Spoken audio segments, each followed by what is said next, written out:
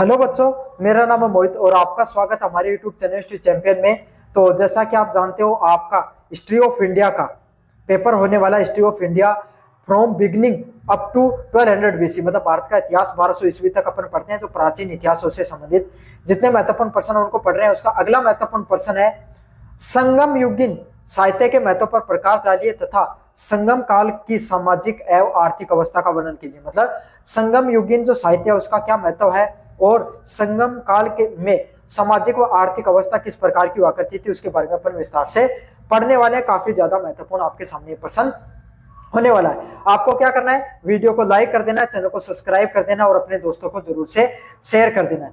ये जो पीडीएफ जो आपको मैं पढ़ा रहा हूँ, ये आपको हमारे टेलीग्राम चैनल पे बिल्कुल मुफ्त में मिल जाएगी। टेलीग्राम चैनल का लिंक डिस्क्रिप्शन में दे रहा हूँ, वहां से जाकर टेलीग्राम चैनल जरूर से ज्वाइन कर लेना। साथ के साथ आपके सामने अन्य वीडियो देखना चाहते हो इस पेपर से संबंधित, तो प्लेलिस्ट का लिंक डिस्क्रिप्शन में दे रहा हूँ, वहां से जाकर जरूर से देख लेना। और अगर आप कोई प्रोडक्ट खरीदना चाहते हो फ्लिपकार्ट में मंत्रा से, तो यहाँ पर व्यू प्रोडक्ट वाला ऑप्शन दिखाई दे रहा है, यहाँ पर जाकर क्लिक करके खरीदोगे तो सबसे ज्यादा डिस्काउंट है वो देखने को मिल जाएगा। चलो अब शुरू करते हैं। आपके सामने पहला प्रश्न है संगम काल। संगम काल आपके सामने दक्षिण भारत में खास करके तमिल जो क्षेत्र हुआ करता था वहां पर आपके सामने जो साहित्य है उसकी रचना की गई थी। जैसे आपके सामने भारत में, उत्तर भारत में अगर अपन बात करें वैदिक साहित्य में, हिंदू जो साहित्य है उसमें रामायण व महाभारत का जो योगदान है, वैसे ही दक्षिण भारत में जो खास करके तमिल क्षेत्र है उसमें संगम साहित्य का बहुत बड़ा क्या महत्व है, योगदान है। इसमें क्या हुआ करता था, संगम साहित्य यहाँ पर तमिल कवि हुआ करते थे, जैसे राजस्थानी कवियों ने मिलकर अपना एक बहुत बड़े साहित्य की रचना की। इसी तरीके से जो तमिल साहित्य कवियों ने और विद्वानों ने क्या सभाओं में भाग लेकर क्या एक प्रकार के उनके उस समय समाज कैसे हुआ करता था, रीति रिवाज कैसे हुआ करते थे, लोगों का जीवन कैसे हुआ करता था, आर्थिक धार्मिक और सामाजिक जीवन किस प्रकार हुआ करता था, हर पहलू को समझने के लिए हर पहलू पर उन्होंने अपने साहित्य की रचना की।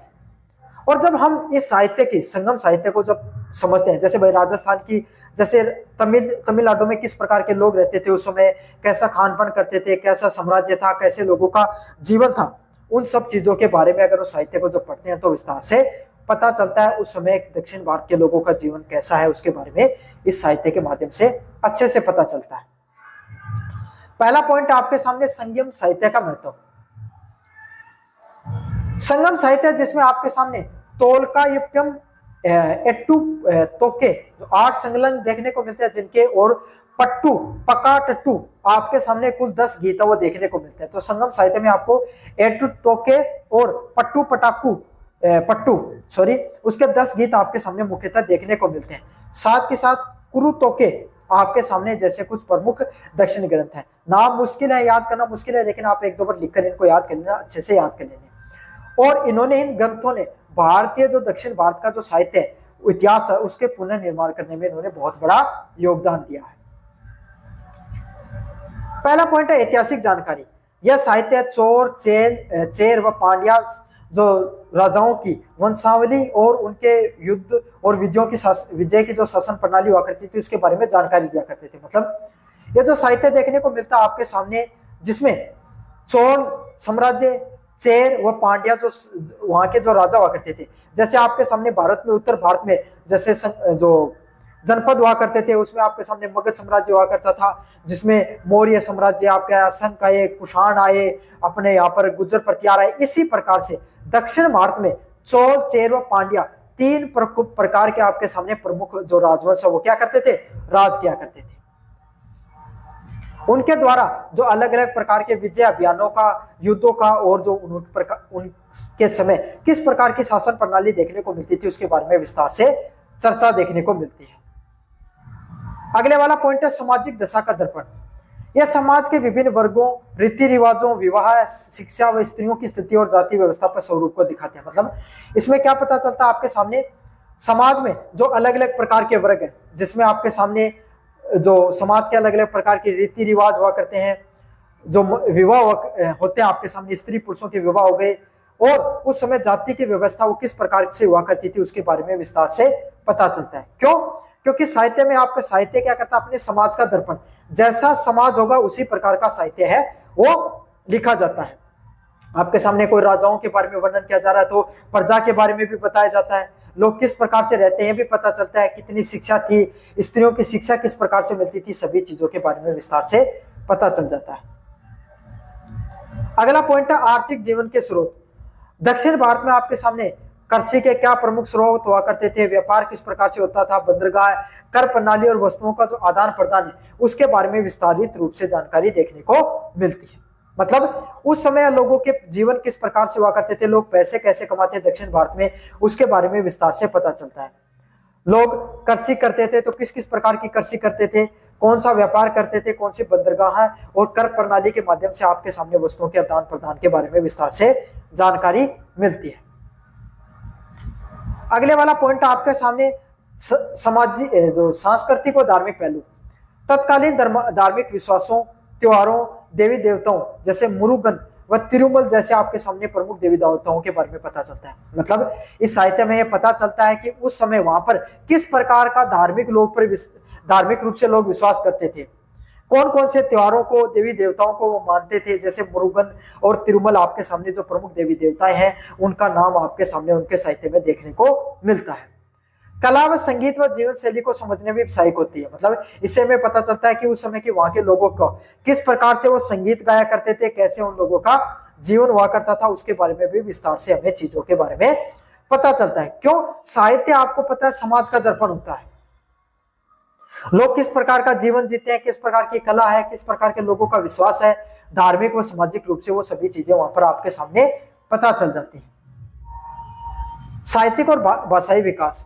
यह प्राचीन तमिल भाषा के विकास, काव्य रूपों व साहित्यिक शैलियों का सर्वोत्तम उदाहरण है। मतलब संगम साहित्य ने एक पूरी भारत के सामने अन्य क्षेत्रीय भाषाओं के सामने क्या रखा, एक आपके सामने एक विकल्प रखा कि क्षेत्रीय भाषाओं में भी साहित्य की रचना की जा सकती है, उसको पॉपुलर किया जा सकता है और आपके सामने जो तमिल भाषा है उसको आपके सामने पूरी दुनिया में प्रचलित करने पर, तमिल भाषा है उसका विकास करने में आपके सामने बहुत बड़ा योगदान रहा संगम साहित्य का।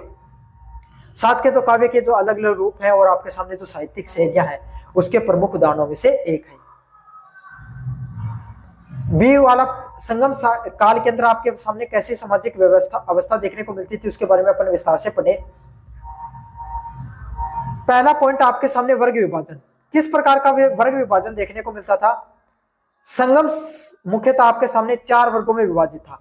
संगम जो समाज है वो आपके सामने किस प्रकार से विभाजित था? प्रमुख 4 वर्गों। प्रमुख था पहला असरर। असरर कौन होते थे? जैसे आपके सामने जो नॉर्थ इंडिया उसमें क्षत्रिय देखने को मिलते थे, हिंदू धर्म में जो क्षत्रिय हुआ करते हैं उन, और जो दक्षिण भारत में उनको असरर के नाम से जाना जाता है, जो शासन करते हैं या फिर योद्धा लोगों को असरर के नाम से जाना जाता था। अगला अंतर। अंतर कौन? जो आपके सामने जो ब्राह्मण हुआ करते थे ना, पुरोहित लोग, जो पुजारी लोग हुआ करते थे, उन लोगों को अंतर के नाम से जाना जाता है। कहां पर? दक्षिण भारत में। अगले वाला पॉइंट आपके सामने वणिगर। जो व्यापारी वर्ग होता था उसको वणिगर के नाम से जाना जाता है। किस नाम से जाना जाता है? वणिगर के नाम से जाना जाता है। जो व्यापारी वर्ग है वहां का उसको वणिगर के नाम से जाना जाता था। अगला है वेलार। बहुत बड़े बड़े भू जो जगह हुआ करती थी उसके भूस्वामी और कृषि है उसको समाज पे प्रभावशाली, मतलब जो वेलार कौन हुआ करते थे? जो जमींदार होते हैं आपके सामने नॉर्थ इंडिया में, जिनके पास बहुत बड़ी जमीन हुआ करती थी और उस जमीन पे वो राज करते हैं, उनको वो नियंत्रित करने का कार्य करते हैं, उसको उन्हीं सभी लोगों को दक्षिण भारत में वेलार के नाम से जाना जाता है। अगला पॉइंट है कोंडिसियार। भूमिहीन, श्रमिक व दास व जिनकी स्थिति निम्न थी। मतलब कोंडिसियार वो थे आपके सामने जो जिनके पास जमीन नहीं हुआ करती थी, जो आपके सामने वेलार के यहाँ पर क्या करते थे? आपके सामने भूमि पर काम करने का कार्य करते थे। भूमिहीन श्रमिक लोगों को कोंडिसियार के नाम से जाना जाता है। अगले वाला पॉइंट आपके सामने जाति व्यवस्था। उत्तर भारत जैसी कठोर जाति व्यवस्था नहीं थी, लेकिन ये व्यवसाय व कलीबाई आधार पर अधिक था। मतलब अगर अपन दक्षिण भारत की बात करें ना, तो पहले जाति व्यवस्था इतनी कठोर थी ना आज इतनी जाति व्यवस्था कठोर देखने को मिलती है। लेकिन लोग जिस जिस प्रकार के आपके सामने व्यवसाय करते थे उसी तरीके से उनको अलग अलग ग्रुपों में बांट दिया था। वेलार, जो वणिगर हो गया, कोंडिसियार हो गया, अलग अलग प्रकार के जैसे काम वैसे उनमें उनको बांट दिया गया था। साथ के साथ जैसे कबीलों में लोग रहा करते थे उसी आधार पर उनको बांटने का कार्य किया गया। साथ के साथ संगम वंश में कुंडी वंश का भी उल्लेख बनता है जो आपके सामने प्रमुख रूप से शासन करता है। अगले वाला पॉइंट है महिलाओं की स्थिति। महिलाओं को सम्मानजनक स्थान प्राप्त था, वे शिक्षा प्राप्त करती थी। मतलब दक्षिण भारत में जब संगम साहित्य की रचना की गई तब वहां पर महिलाओं की स्थिति बहुत अच्छी देखने को मिलती थी और महिला क्या आपके सामने वहां पर शिक्षा प्राप्त करने का भी कार्य करती थी, जिसमें कुछ कवियत्रियों के नाम भी सामने आते हैं, जैसे अवई नाम की कवियत्री है जिसका नाम वहां पर उल्लेख देखने को मिलता है।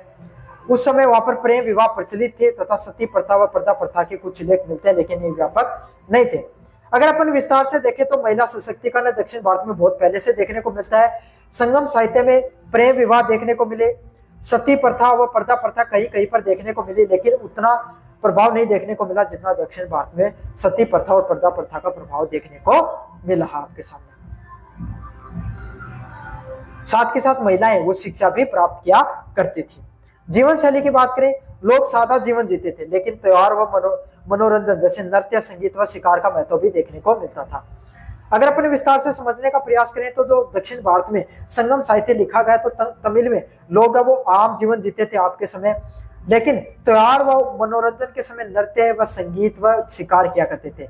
कोई त्योहार होता था तो मनोरंजन के लिए क्या करते थे, नृत्य कर लेते थे, संगीत गाते थे आपके सामने और शिकार करने का कार्य किया करते थे।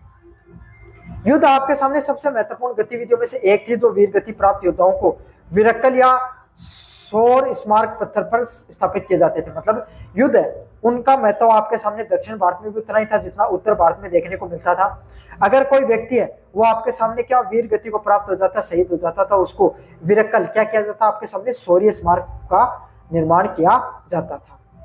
समझ में आ गया? आज के समय देखने को मिलता है ना अपने अगर कोई आर्मी में शहीद हो जाता तो उनके स्मारक देखने को मिलते हैं, उनको उस दक्षिण भारत में विरक्कल के नाम से जाना जाता है। संगम काल की आर्थिक अवस्था कैसी थी? पहला पॉइंट है कृषि। अर्थव्यवस्था का मुख्य आधार कृषि था, चावल प्रमुख फसल थी। आपके सामने जो अर्थव्यवस्था आपके सामने जो संगम साहित्य के समय वो कैसी थी, कृषि पर ज्यादातर निर्भर करती थी और चावल है वो सबसे मुख्य फसलों में हुआ करती थी। गन्ना, रागी, कपास व काली मिर्च जैसी आपके सामने मुख्य फसलों को उगाया जाता था। मतलब अलग अलग प्रकार की फसलें भी देखने को मिलती थी, जिसमें गन्ना, रागी, कपास व काली मिर्च उनको भी उगाया जाता था। आपके पता है भाई दक्षिण भारत में जो मसाले हैं वो बहुत ज्यादा उगते हैं और उनकी फसलें मुख्यतः देखने को मिलती है। क्यों? क्योंकि सिंचाई के लिए नदियां व वर्षा जल है वो आपके सामने व्यापक स्तर पे मिल जाता है। खूब बरसात होती है, नदियों के माध्यम से, नहरों के माध्यम से सिंचाई आराम से की जा सकती है वहां पर।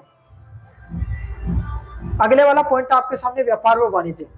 संगम काल एक समृद्ध व्यापारिक काल था। मतलब अगर संगम काल के समझने का प्रयास करें तो एक बहुत ही समृद्धशाली व्यापारिक काल हुआ करता था आपके सामने लोगों के लिए, जहां पर आंतरिक व्यापार के साथ साथ रोमन साम्राज्य दक्षिण पूर्व एशिया और श्रीलंका के साथ मिलकर व्यापक विदेशी व्यापार हुआ करता था। मतलब संगम काल में एक बहुत बड़ा व्यापारी जो काल देखने को मिलता था, जहां पर क्या हुआ करता था, रोमन साम्राज्य के साथ, रोमन साम्राज्य समझते हैं ना आप, मिस्र वाला साम्राज्य हुआ करता था, उसके साथ व्यापार किया जाता था। और जो दक्षिण में जो एशिया है उसके साथ आपके सामने व्यापार देखने को मिलता था। और ये व्यापार कैसे हुआ करते थे आपके सामने?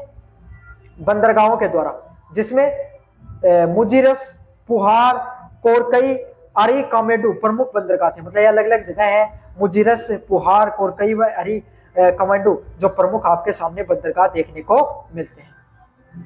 किन किन चीजों का निर्यात किया जाता था? काली मिर्च हो गई, मोती, हाथी दांत, मसाले, वस्त्र व रत्न हुआ करते हैं। इन सब जो प्रमुख वस्तुएं हुआ करती थी इनका निर्यात है वो किया जाता था। मतलब भारत से दूसरे देशों में क्या इन सब चीजों को बेचा जाता था। भारत में आपको पता मसाले, काली मिर्च खास करके खूब होती थी, मोतिया खूब देखने को मिलते थे समुद्री क्षेत्र में। हमारे यहाँ पे भारत में हाथी खूब हुआ करते हैं, तो हाथी के दांत है उनसे आभूषण बनते हैं, उनको भी आपके सामने दूसरे देशों में निर्यात करने का कार्य किया जाता था। आयात की बात करें, रोमन जो सोने के सिक्के देखने को मिलते हैं, डिनारी, जिनको डिनारी के नाम से जाना जाता है। मतलब रोमन शैली के जो सोने के सिक्के यहाँ पर मिलते हैं, शराब, टिन, शीशा व घोड़े के आयात किए जाते थे। मतलब सोने के सिक्के, शराब, टिन धातु व शीशा धातु, इन सब चीजों को क्या किया जाता था आपके सामने जो विदेशी जो साम्राज्य से क्या आपके सामने भारत में लाया जाता था। बदले में काली मिर्च, हाथी दांत, ये सब चीजें दी जाती थी। मुद्रा की बात करें आपके सामने, रोमन सिक्कों की बड़ी संख्या में प्राप्ति विदेशी व्यापार की समृद्धि को दिखाती है। मतलब रोमन सिक्के हुआ करते थे, उनको बड़ी संख्या में क्या विदेशों से, अगर यहाँ पर संगम साहित्य में आपके सामने उनका उल्लेख मिलता है तो इससे यह पता चलता है कि भाई वहां से हमारे बहुत अच्छे व्यापारिक रिश्ते थे। हम बहुत ज्यादा चीजों को अगर वहां पर व्यापार करेंगे अपनी चीजें वहां पर ज्यादा से ज्यादा बेचेंगे तभी तो हमारे पास धन आएगा। तो इसीलिए पता चलता था कि हमारा व्यापार है वो बहुत ज्यादा मजबूत व सुदृढ़ था। अगले वाला पॉइंट आपके सामने शिल्प उद्योग, बुनाई, धातुक्रम, आभूषण निर्माण जैसे मोती व रत्न का जो निर्माण है वो आपके सामने प्रमुख रूप से देखने को मिलता था। मतलब कपास का उद्योग मुख्यतः देखने को मिलता था, धातुओं का व आभूषणों का जो आपके सामने जो उद्योग है वो देखने को मिलता था। साथ के साथ मर्दभांड मतलब जो मिट्टी के बर्तन हुआ करते थे उसका भी निर्माण यहाँ पर किया जाता था। अरियोर सूती वस्त्रों का भी प्रसिद्ध उद्योग देखने को मिलता था। समझ में आ गया। तो हर प्रकार का उद्योग है वो दक्षिण भारत में लगभग आपके सामने देखने को मिलता था। राजस्व की बात करें, राजा की भूमि है उस पर कर लगता था, उसको करे के नाम से जाना जाता था। चुंगी है उसको उल्गू के नाम से, और लूट के माल पे अरई नामक जो कर है वो प्राप्त किया जाता था। तो राजा कितनी फसल उत्पादित होगी उस पर करे नामक कर लगाता था। चुंगी मतलब व्यापार किया जाता है उस पर जो टैक्स लगता था, जीएसटी लगती है, उसको चुंगी के नाम से। और जो लूट के लाए मतलब कोई राजा दूसरे राज्य से अगर किसी चीज को लूट कर लाए तो उसको इरई के नाम से जाना जाता है। वो ये सब आपके सामने कर देखने को मिलते थे। संगम काल अब अपने सामने आपके सामने बहुत ही समृद्धशाली उसका साहित्य रहा, समाज भी बहुत अच्छा था और अर्थव्यवस्था भी साथ के साथ बहुत शानदार देखने को मिलती थी। तो ये आपके सामने संगम साहित्य से संबंधित जितना भी महत्वपूर्ण प्रश्न उसको विस्तार से देखा। कैसा लगा वीडियो जोर से बताना, चैनल को जोर से सब्सक्राइब कर देना। धन्यवाद। हेलो बच्चों, मेरा नाम है मोहित और आपका स्वागत हमारे यूट्यूब चैनल हिस्ट्री चैंपियन में। तो जैसा कि आप जानते हो आपका हिस्ट्री ऑफ इंडिया का पेपर होने वाला, history of India from beginning up to 1200 BC, मतलब भारत का इतिहास 1200 ईस्वी तक अपन पढ़ते हैं। तो प्राचीन इतिहासों से संबंधित जितने महत्वपूर्ण प्रश्न उनको पढ़ रहे हैं। उसका अगला महत्वपूर्ण प्रश्न है संगम युगीन साहित्य के महत्व पर प्रकाश डालिए तथा संगम काल की सामाजिक एवं आर्थिक अवस्था का वर्णन कीजिए। मतलब संगम युगीन जो साहित्य है उसका क्या महत्व है और संगम काल के में सामाजिक व आर्थिक अवस्था किस प्रकार की हुआ करती थी उसके बारे में अपन विस्तार से पढ़ने वाले हैं। काफी ज्यादा महत्वपूर्ण आपके सामने प्रश्न होने वाला है। आपको क्या करना है, वीडियो को लाइक कर देना है, चैनल को सब्सक्राइब कर देना और अपने दोस्तों को जरूर से शेयर कर देना है। ये जो पीडीएफ जो आपको मैं पढ़ा रहा हूँ ये आपको हमारे टेलीग्राम चैनल पे बिल्कुल मुफ्त में मिल जाएगी। टेलीग्राम चैनल का लिंक डिस्क्रिप्शन में दे रहा हूँ, वहां से जाकर टेलीग्राम चैनल जरूर से ज्वाइन कर लेना। साथ के साथ आपके सामने अन्य वीडियो देखना चाहते हो इस पेपर से संबंधित तो प्लेलिस्ट का लिंक डिस्क्रिप्शन में दे रहा हूँ, वहां से जाकर जरूर से देख लेना। और अगर आप कोई प्रोडक्ट खरीदना चाहते हो फ्लिपकार्ट में मंत्रा से तो यहाँ पर व्यू प्रोडक्ट वाला ऑप्शन दिखाई दे रहा है, यहाँ पर जाकर क्लिक करके खरीदोगे तो सबसे ज्यादा डिस्काउंट है वो देखने को मिल जाएगा। चलो अब शुरू करते हैं। आपके सामने पहला प्रश्न है संगम काल। संगम काल आपके सामने दक्षिण भारत में खास करके तमिल जो क्षेत्र हुआ करता था वहां पर आपके सामने जो साहित्य है उसकी रचना की गई।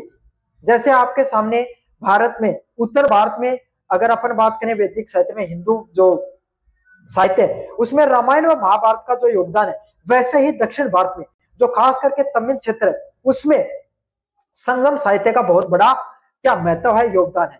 इसमें क्या हुआ करता था, संगम साहित्य यहाँ पर तमिल कवि हुआ करते थे, जैसे राजस्थानी कवियों ने मिलकर अपना एक बहुत बड़े साहित्य की रचना की। इसी तरीके से जो तमिल साहित्य कवियों ने और विद्वानों ने क्या सभाओं में भाग लेकर क्या एक प्रकार के उनके उस समय समाज कैसे हुआ करता था, रीति रिवाज कैसे हुआ करते थे, लोगों का जीवन कैसे हुआ करता था, आर्थिक धार्मिक और सामाजिक जीवन किस प्रकार हुआ करता था, हर पहलू को समझने के लिए हर पहलू पर उन्होंने अपने साहित्य की रचना की। और जब हम इस साहित्य की संगम साहित्य को जब समझते हैं, जैसे भाई राजस्थान की जैसे तमिलनाडु में किस प्रकार के लोग रहते थे उस समय, कैसा खान पान करते थे, कैसा साम्राज्य था, कैसे लोगों का जीवन था, उन सब चीजों के बारे में अगर उस साहित्य को जब पढ़ते हैं तो विस्तार से पता चलता है उस समय दक्षिण भारत के लोगों का जीवन कैसा है उसके बारे में इस साहित्य के माध्यम से अच्छे से पता चलता है। पहला पॉइंट आपके सामने संगम साहित्य का महत्व। संगम साहित्य जिसमें आपके सामने तोलका युक्तम एट्टू तोके 8 संलग्न देखने को मिलते हैं, जिनके और पट्टू पका टट्टू आपके सामने कुल 10 गीत वो देखने को मिलते हैं। तो संगम साहित्य में आपको एट्टू तोके और पट्टू पटाकू पट्टू सॉरी उसके 10 गीत आपके सामने मुख्यतः देखने को मिलते हैं। साथ के साथ कुरु तोके आपके सामने जैसे कुछ प्रमुख दक्षिण ग्रंथ हैं। नाम मुश्किल है, याद करना मुश्किल है, लेकिन आप एक दो बार लिखकर इनको याद कर लेना, अच्छे से याद कर लेना। और इन्होंने इन ग्रंथों ने भारतीय जो दक्षिण भारत का जो साहित्य है इतिहास है उसके पुनर्निर्माण करने में इन्होंने बहुत बड़ा योगदान दिया है। पहला पॉइंट है ऐतिहासिक जानकारी। यह साहित्य चोर चेर व पांड्या जो राजाओं की वंशावली और उनके युद्ध और विजय की जो शासन प्रणाली हुआ करती थी उसके बारे में जानकारी दिया करते थे। मतलब ये जो साहित्य देखने को मिलता है आपके सामने, जिसमें चोल साम्राज्य, चेर व पांड्या जो वहां के जो राजा हुआ करते थे, जैसे आपके सामने भारत में, उत्तर भारत में जैसे जो जनपद हुआ करते थे उसमें आपके सामने मगध साम्राज्य हुआ करता था, जिसमें मौर्य साम्राज्य आपके असंख्य आए, कुषाण आए, अपने यहाँ पर गुर्जर प्रतिहार आए। इसी प्रकार से दक्षिण भारत में चोल, चेर व पांड्या तीन प्रकार के आपके सामने प्रमुख जो राजवंश है वो क्या करते थे, राज किया करते थे। उनके द्वारा जो अलग अलग प्रकार के विजय अभियानों का, युद्धों का, और जो उनके समय किस प्रकार की शासन प्रणाली देखने को मिलती थी उसके बारे में विस्तार से चर्चा देखने को मिलती है। अगले वाला पॉइंट है सामाजिक दशा का दर्पण। यह समाज के विभिन्न वर्गों, रीति रिवाजों, विवाह, शिक्षा व स्त्रियों की स्थिति और जाति व्यवस्था पर स्वरूप को दिखाते हैं। मतलब इसमें क्या पता चलता है आपके सामने, समाज में जो अलग अलग प्रकार के वर्ग हैं, जिसमें आपके सामने जो समाज के अलग अलग प्रकार के रीति रिवाज हुआ करते हैं, जो विवाह होते हैं आपके सामने, स्त्री पुरुषों के विवाह हो गए, और उस समय जाति की व्यवस्था वो किस प्रकार से हुआ करती थी उसके बारे में विस्तार से पता चलता है। क्यों? क्योंकि साहित्य में आपका साहित्य क्या करता है, अपने समाज का दर्पण, जैसा समाज होगा उसी प्रकार का साहित्य है वो लिखा जाता है। आपके सामने कोई राजाओं के बारे में वर्णन किया जा रहा है तो प्रजा के बारे में भी बताया जाता है, लोग किस प्रकार से रहते हैं भी पता चलता है, कितनी शिक्षा थी, स्त्रियों की शिक्षा किस प्रकार से मिलती थी, सभी चीजों के बारे में विस्तार से पता चल जाता है। अगला पॉइंट है आर्थिक जीवन के स्रोत। दक्षिण भारत में आपके सामने कृषि के क्या प्रमुख स्रोत हुआ करते थे, व्यापार किस प्रकार से होता था, बंदरगाह, कर प्रणाली और वस्तुओं का जो आदान प्रदान है उसके बारे में विस्तारित रूप से जानकारी देखने को मिलती है। मतलब उस समय लोगों के जीवन किस प्रकार से हुआ करते थे, लोग पैसे कैसे कमाते दक्षिण भारत में, उसके बारे में विस्तार से पता चलता है। लोग कृषि करते थे तो किस किस प्रकार की कृषि करते थे, कौन सा व्यापार करते थे, कौन सी बंदरगाह है, और कर प्रणाली के माध्यम से आपके सामने वस्तुओं के आदान प्रदान के बारे में विस्तार से जानकारी मिलती है। अगले वाला पॉइंट आपके सामने सामाजिक जो सांस्कृतिक और धार्मिक पहलू।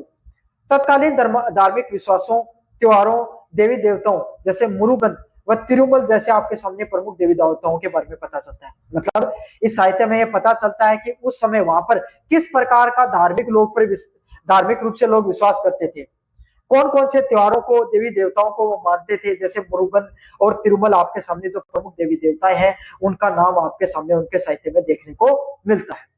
कला व संगीत व जीवन शैली को समझने में सहायक होती है। मतलब इसे में पता चलता है कि उस समय के वहां के लोगों को किस प्रकार से वो संगीत गाया करते थे, कैसे उन लोगों का जीवन हुआ करता था, उसके बारे में भी विस्तार से हमें चीजों के बारे में पता चलता है। क्यों? साहित्य आपको पता है समाज का दर्पण होता है, लोग किस प्रकार का जीवन जीते हैं, किस प्रकार की कला है, किस प्रकार के लोगों का विश्वास है, धार्मिक व सामाजिक रूप से वो सभी चीजें वहां पर आपके सामने पता चल जाती है।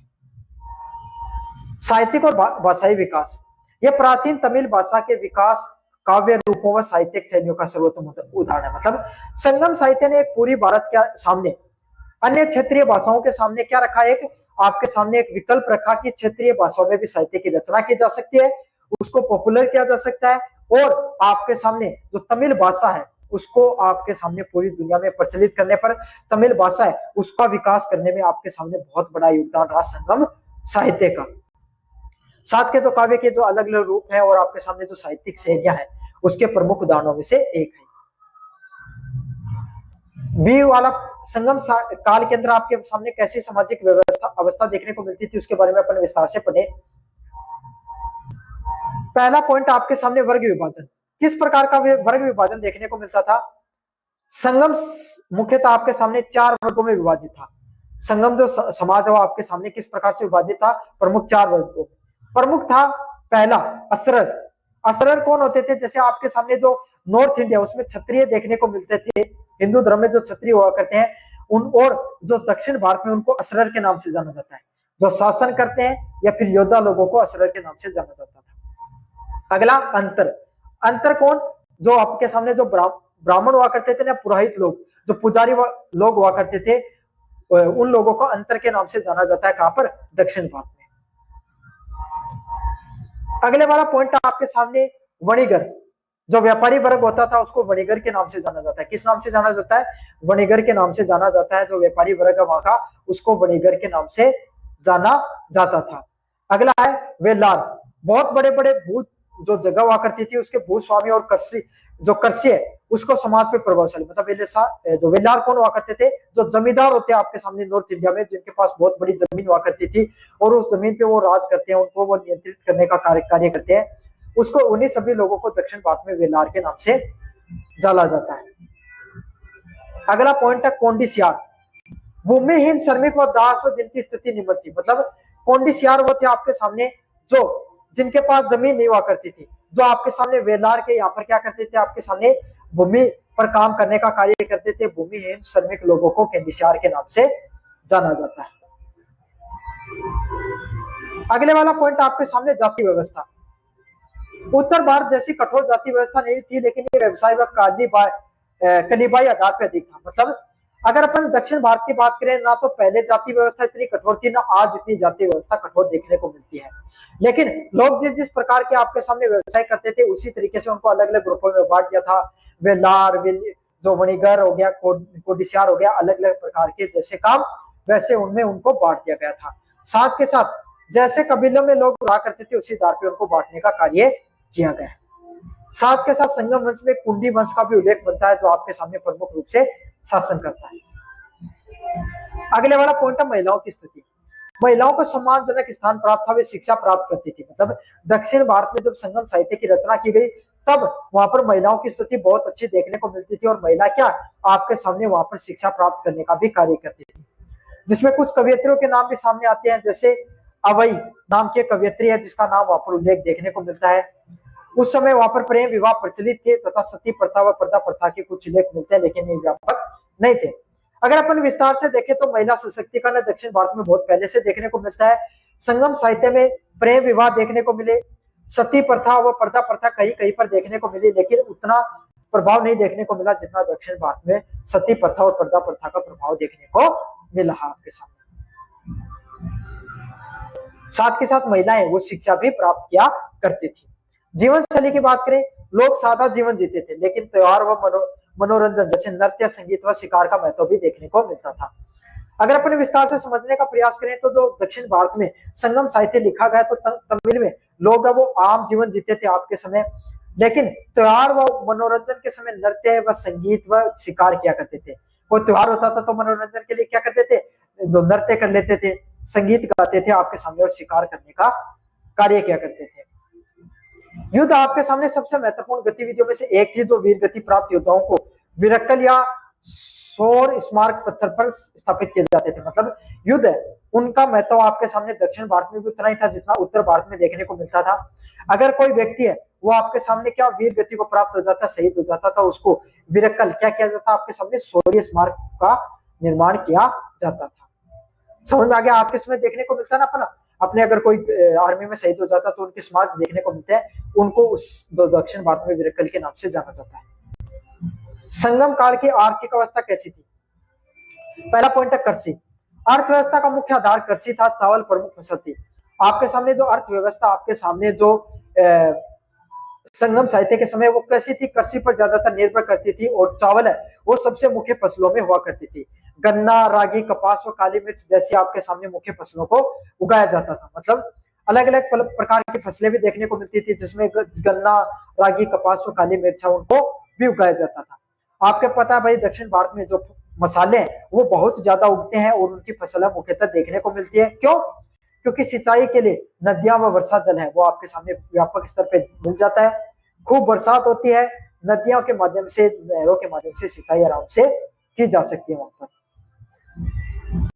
अगले वाला पॉइंट आपके सामने व्यापार व वाणिज्य।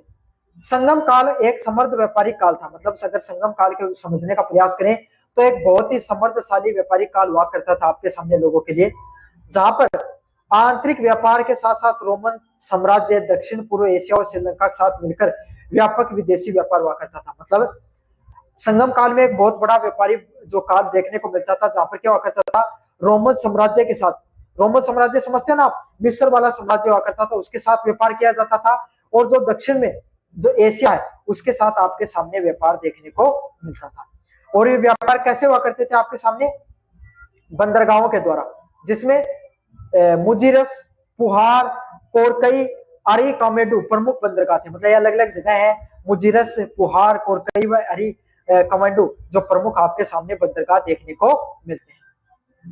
किन किन चीजों का निर्यात किया जाता था? काली मिर्च हो गई, मोती, हाथी दांत, मसाले, वस्त्र व रत्न हुआ करते हैं। इन सब जो प्रमुख वस्तुएं करती थी, इनका निर्यात है वो किया जाता था। मतलब भारत से दूसरे देशों में क्या इन सब चीजों को बेचा जाता था। भारत में आपको पता मसाले, काली मिर्च खास करके खूब होती थी, मोतिया खूब देखने को मिलते थे समुद्री क्षेत्र में। हमारे यहाँ पे भारत में हाथी खूब हुआ करते हैं, तो हाथी के दांत है उनसे आभूषण बनते हैं, उनको भी आपके सामने दूसरे देशों में निर्यात करने का कार्य किया जाता था। आयात की बात करें, रोमन जो सोने के सिक्के देखने को मिलते हैं, डिनारी, जिनको डिनारी के नाम से जाना जाता है, मतलब रोमन शैली के जो सोने के सिक्के यहाँ पर मिलते हैं, शराब, टिन, शीशा व घोड़े के आयात किए जाते थे। मतलब सोने के सिक्के, शराब, टिन धातु व शीशा धातु, इन सब चीजों को क्या किया जाता था आपके सामने, जो विदेशी जो साम्राज्य से क्या आपके सामने भारत में लाया जाता था। बदले में काली मिर्च, हाथी दांत, ये सब चीजें दी जाती थी। मुद्रा की बात करें आपके सामने, रोमन सिक्कों की बड़ी संख्या में प्राप्ति विदेशी व्यापार की समृद्धि को दिखाती है। मतलब रोमन सिक्के हुआ करते थे, उनको बड़ी संख्या में क्या विदेशों से, अगर यहाँ पर संगम साहित्य में आपके सामने उनका उल्लेख मिलता है, तो इससे यह पता चलता है कि भाई वहां से हमारे बहुत अच्छे व्यापारिक रिश्ते थे। हम बहुत ज्यादा चीजों को अगर वहां पर व्यापार करेंगे, अपनी चीजें वहां पर ज्यादा से ज्यादा बेचेंगे, तभी तो हमारे पास धन आएगा। तो इसीलिए पता चलता था कि हमारा व्यापार है वो बहुत ज्यादा मजबूत व सुदृढ़ था। अगले वाला पॉइंट आपके सामने शिल्प उद्योग, बुनाई, धातु क्रम, आभूषण निर्माण, जैसे मोती व रत्न का जो निर्माण है वो आपके सामने प्रमुख रूप से देखने को मिलता था। मतलब कपास का उद्योग मुख्यतः देखने को मिलता था, धातुओं का व आभूषणों का जो आपके सामने जो उद्योग है वो देखने को मिलता था। साथ के साथ मर्दमान, मतलब जो मिट्टी के बर्तन हुआ करते थे, उसका भी निर्माण यहाँ पर किया जाता था।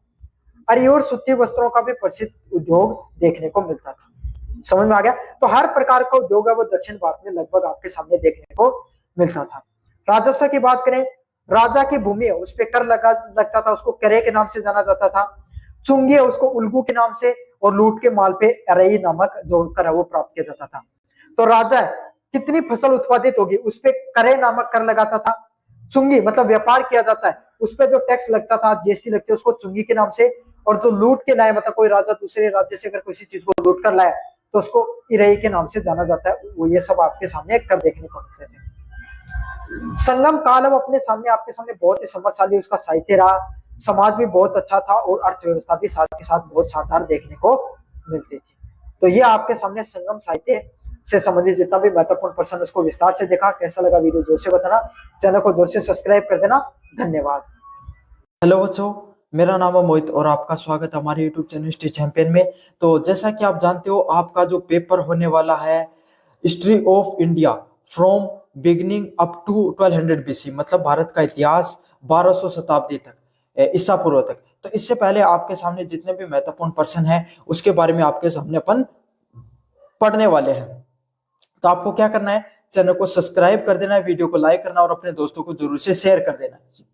जो ये पीडीएफ पढ़ा रहा हूँ ये आपको हमारे जो टेलीग्राम चैनल है, जो आपको टेलीग्राम चैनल है उसका लिंक डिस्क्रिप्शन में मिल जाएगा, आपको वहां पर देखने को मिल जाएगी। और अन्य वीडियो है उसका लिंक डिस्क्रिप्शन में, प्ले लिस्ट का लिंक दे रहा हूँ आपके सामने नीचे की तरफ, वहां पे आपके सामने प्ले लिस्ट और टेलीग्राम दोनों का लिंक मिल जाएगा, वहां से जाकर अन्य वीडियो देख सकते हो प्ले लिस्ट के लिंक पे क्लिक करके।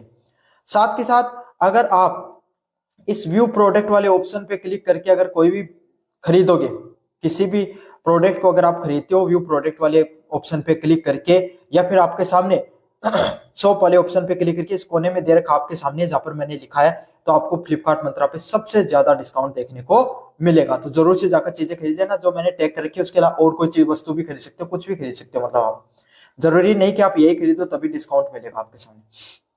चलो शुरू करते हैं आपके सामने। कुषाण काल, विशेषकर कनिष्क के शासन काल में भारतीय कला और संस्कृति के विकास में से एक महत्वपूर्ण मोड़ था। मतलब कुषाण काल आपके सामने, आपको पता है कुषाणों का जो वंश है वो आपके सामने मुख्यतः, जिसने आपके सामने कश्मीर या आपके पाकिस्तान जो, उसको भी भारतीय साहित्य का या भारतीय संस्कृति का एक स्वर्णीय युग के रूप में जाना जाता है। वो आपके सामने सबसे महत्वपूर्ण युग था जिसके अंदर भारतीय कला और संस्कृति है उसका चरमोत्सव पर आपके सामने क्या हुआ, विकास हुआ। इसमें भारत जो कुषाण काल होता है उसमें जो कनिष्क का वो सबसे प्रमुख आपके सामने क्या होते हैं, जो सम्राट होते हैं, उनके द्वारा आपके सामने दो प्रमुख जो कलाएं हैं उनको आपको संरक्षण दिया गया, स्थापत्य कला है जिनको संरक्षण दिया गया। स्थापत्य कला क्या होता है, जैसे कोई मंदिर निर्माण, कोई भवन निर्माण, कोई आपके सामने कोई मीनार, कुछ भी आप जब कोई भी एक सार्वजनिक कोई चीज का निर्माण करते हो, समझ में आ गया, तो उसमें किस तरीके से उसका निर्माण किया जाता है, उसमें कौन सी कला का उपयोग किया जाता है। तो उसमें दो प्रमुख शैलियां आती हैं आपके सामने। गंधार कला जो रोमन ग्रीक व रोमन शैली है उसको गंधार कला के नाम से जाना जाता है, और भारतीय हमारी स्वदेशी कला थी जिससे आपके सामने जो पुराने प्राचीन या मीनारों का जो निर्माण किया जाता था वो कौन सी थी, मथुरा कला थी। दोनों की दोनों कला को, मतलब विदेशी कला को और हमारी भारतीय स्वदेशी कला को, दोनों को संरक्षित किया गया। यहाँ पर दोनों की दोनों कलाएं हैं, उनका आपके सामने विकास देखने को मिला। कुषाण ने इन शैलियों को संरक्षण देकर भारतीय मूर्ति कला को नई दिशा दी। मतलब जो आपके सामने कुषाण है, इन्होंने क्या किया, इनकी जो ये शैलियां हैं, इन सभी शैलियों को संरक्षण देकर क्या किया, भारतीय मूर्ति कला है इसको एक नई दिशा और दशा देने का इन्होंने कार्य किया। अब दोनों के दोनों जो कलाएं हैं इसके बारे में अपन विस्तार से पढ़ेंगे कि भाई दोनों कलाएं कौन सी हैं। पहले वाला पॉइंट है इसके अंदर आपके सामने गंधार और मथुरा कला की विशेषताओं की तुलना कीजिए। मतलब गंधार और मथुरा कला है, दोनों के बारे में आप विशेषताओं को पढ़ोगे तो दोनों के बारे में विस्तार से आप पढ़ भी लोगे। समझ में आ गया आपके सामने। तो ये नहीं समझना है कि ये विशेषताएं बता रहा हूं, इसमें आपके सामने परिभाषा भी हो जाएगी, इसमें आपके सामने इसके प्रमुख पॉइंट भी हो जाएंगे। अगर पर्टिकुलर गंधार व मथुरा कला से प्रश्न आता है तो यहां से आप आराम से कर सकते हो इसको। समझ में आ गया आपको आपके सामने अच्छे से। क्षेत्र की बात करें, गंधार व मथुरा कला कहां पर देखने को मिलती थी, तो उत्तर पश्चिमी भारत में आपके सामने, मतलब आपका जो उत्तरी भारत है और उसका पश्चिमी क्षेत्र है, जैसे आधुनिक पाकिस्तान, अफगानिस्तान, और गंदावर वाले क्षेत्र में जैसे पेशावर, तक्षशिला व बामियान जो क्षेत्र हुआ करता था, वहां पर मुख्यतः आपके सामने क्या देखने को मिलती थी, गंधार कला देखने को मिलती थी। भाई हमारी खुद की कला नहीं, ये विदेशी कला है जो बाहरी मुस्लिम आक्रांता या फिर अन्य जो लोग है, ग्रीक रोमन कला है, उनके द्वारा इस कला को यहाँ पर निर्माण, जो भवन निर्माण में यूज किया गया या फिर मंदिरों के निर्माण में इसको यूज किया गया। तो ये प्रमुखता आपके सामने उत्तर भारत में सबसे ज्यादा क्या रही, पॉपुलर रही, और खास करके पाकिस्तान, अफगानिस्तान और आपके सामने वो वाला क्षेत्र है, उस क्षेत्र में आज के समय वर्तमान पाकिस्तान और अफगानिस्तान वाला क्षेत्र, उसके अंदर ये मुख्यतः फेमस होती है, जिसमें जो गंधार क्षेत्र है उसमें इस कला को उत्पत्ति मानी जाती है, इसलिए इसका नाम क्या रख दिया गया, गंधार कला के नाम से रख दिया गया। समझ में आ गया। अब उत्पत्ति की बात करें, मथुरा कला कहां से जो उसकी उत्पत्ति कहां से देखने को मिलती है, उत्तर भारत में आपके सामने मथुरा के अंदर कौशाम्बी और सारनाथ जगह है। मतलब उत्तर भारत के अंदर आपके सामने मथुरा और कौशाम्बी जो नामक जगह है सारनाथ के अंदर, वहां पे मथुरा कला क्या है, आपके सामने मथुरा कला है उसका उद्भव देखने को मिलता है। अगर अपन बात करें इसके प्रमुख अन्य केंद्रों की, तो इसके मथुरा है वो इसका सबसे प्रमुख केंद्रों में से एक केंद्र हुआ करता था। कौन सा इसका सबसे महत्वपूर्ण प्रमुख केंद्र, मथुरा है वो इसका सबसे प्रमुख केंद्र हुआ करता है। जैसा कि नाम है, जहां से आपके सामने क्या उत्पत्ति हुई वहीं से इसका नाम रख दिया गया मथुरा कला। और जैसा कि आपको नाम पता चलता है, जो मथुरा है आपके सामने वो यूपी में पड़ता है, तो उसके आसपास का जो क्षेत्र है मथुरा, कौशाम्बी, सारनाथ वाला क्षेत्र है, यूपी बिहार आपके सामने मुख्यतः उत्तर भारत का कश्मीर, हिमाचल जैसे क्षेत्र में इसका व्यापक रूप से, राजस्थान हो गया, मध्य प्रदेश हो गया, इसमें इसका मुख्य रूप से प्रभाव देखने को मिलता है। प्रेरणा की बात करें, कहां से आपके सामने जो गंधार कला उसकी प्रेरणा ली गई, कहां से ली गई, ग्रीक व रोमन शैली से। ग्रीक और रोमन प्रभाव इसमें देखने को मिलता है आपके सामने मुख्यतः।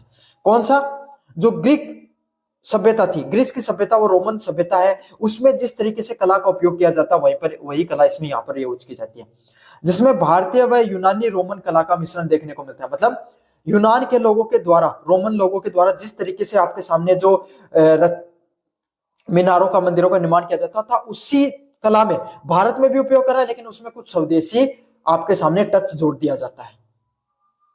अगले वाला पॉइंट है इसमें से आपके सामने स्वदेशी भारतीय शैली स्थानीय परंपराओं के प्रतीकों से प्रेरित है। मतलब इसमें आपके सामने जो स्थानीय परंपराओं और प्रतीकों को इसमें मुख्यतः क्या किया गया, उपयोग किया गया है। स्वदेशी भारतीय शैली इसके अंदर दिखाई पड़ती है आपके सामने।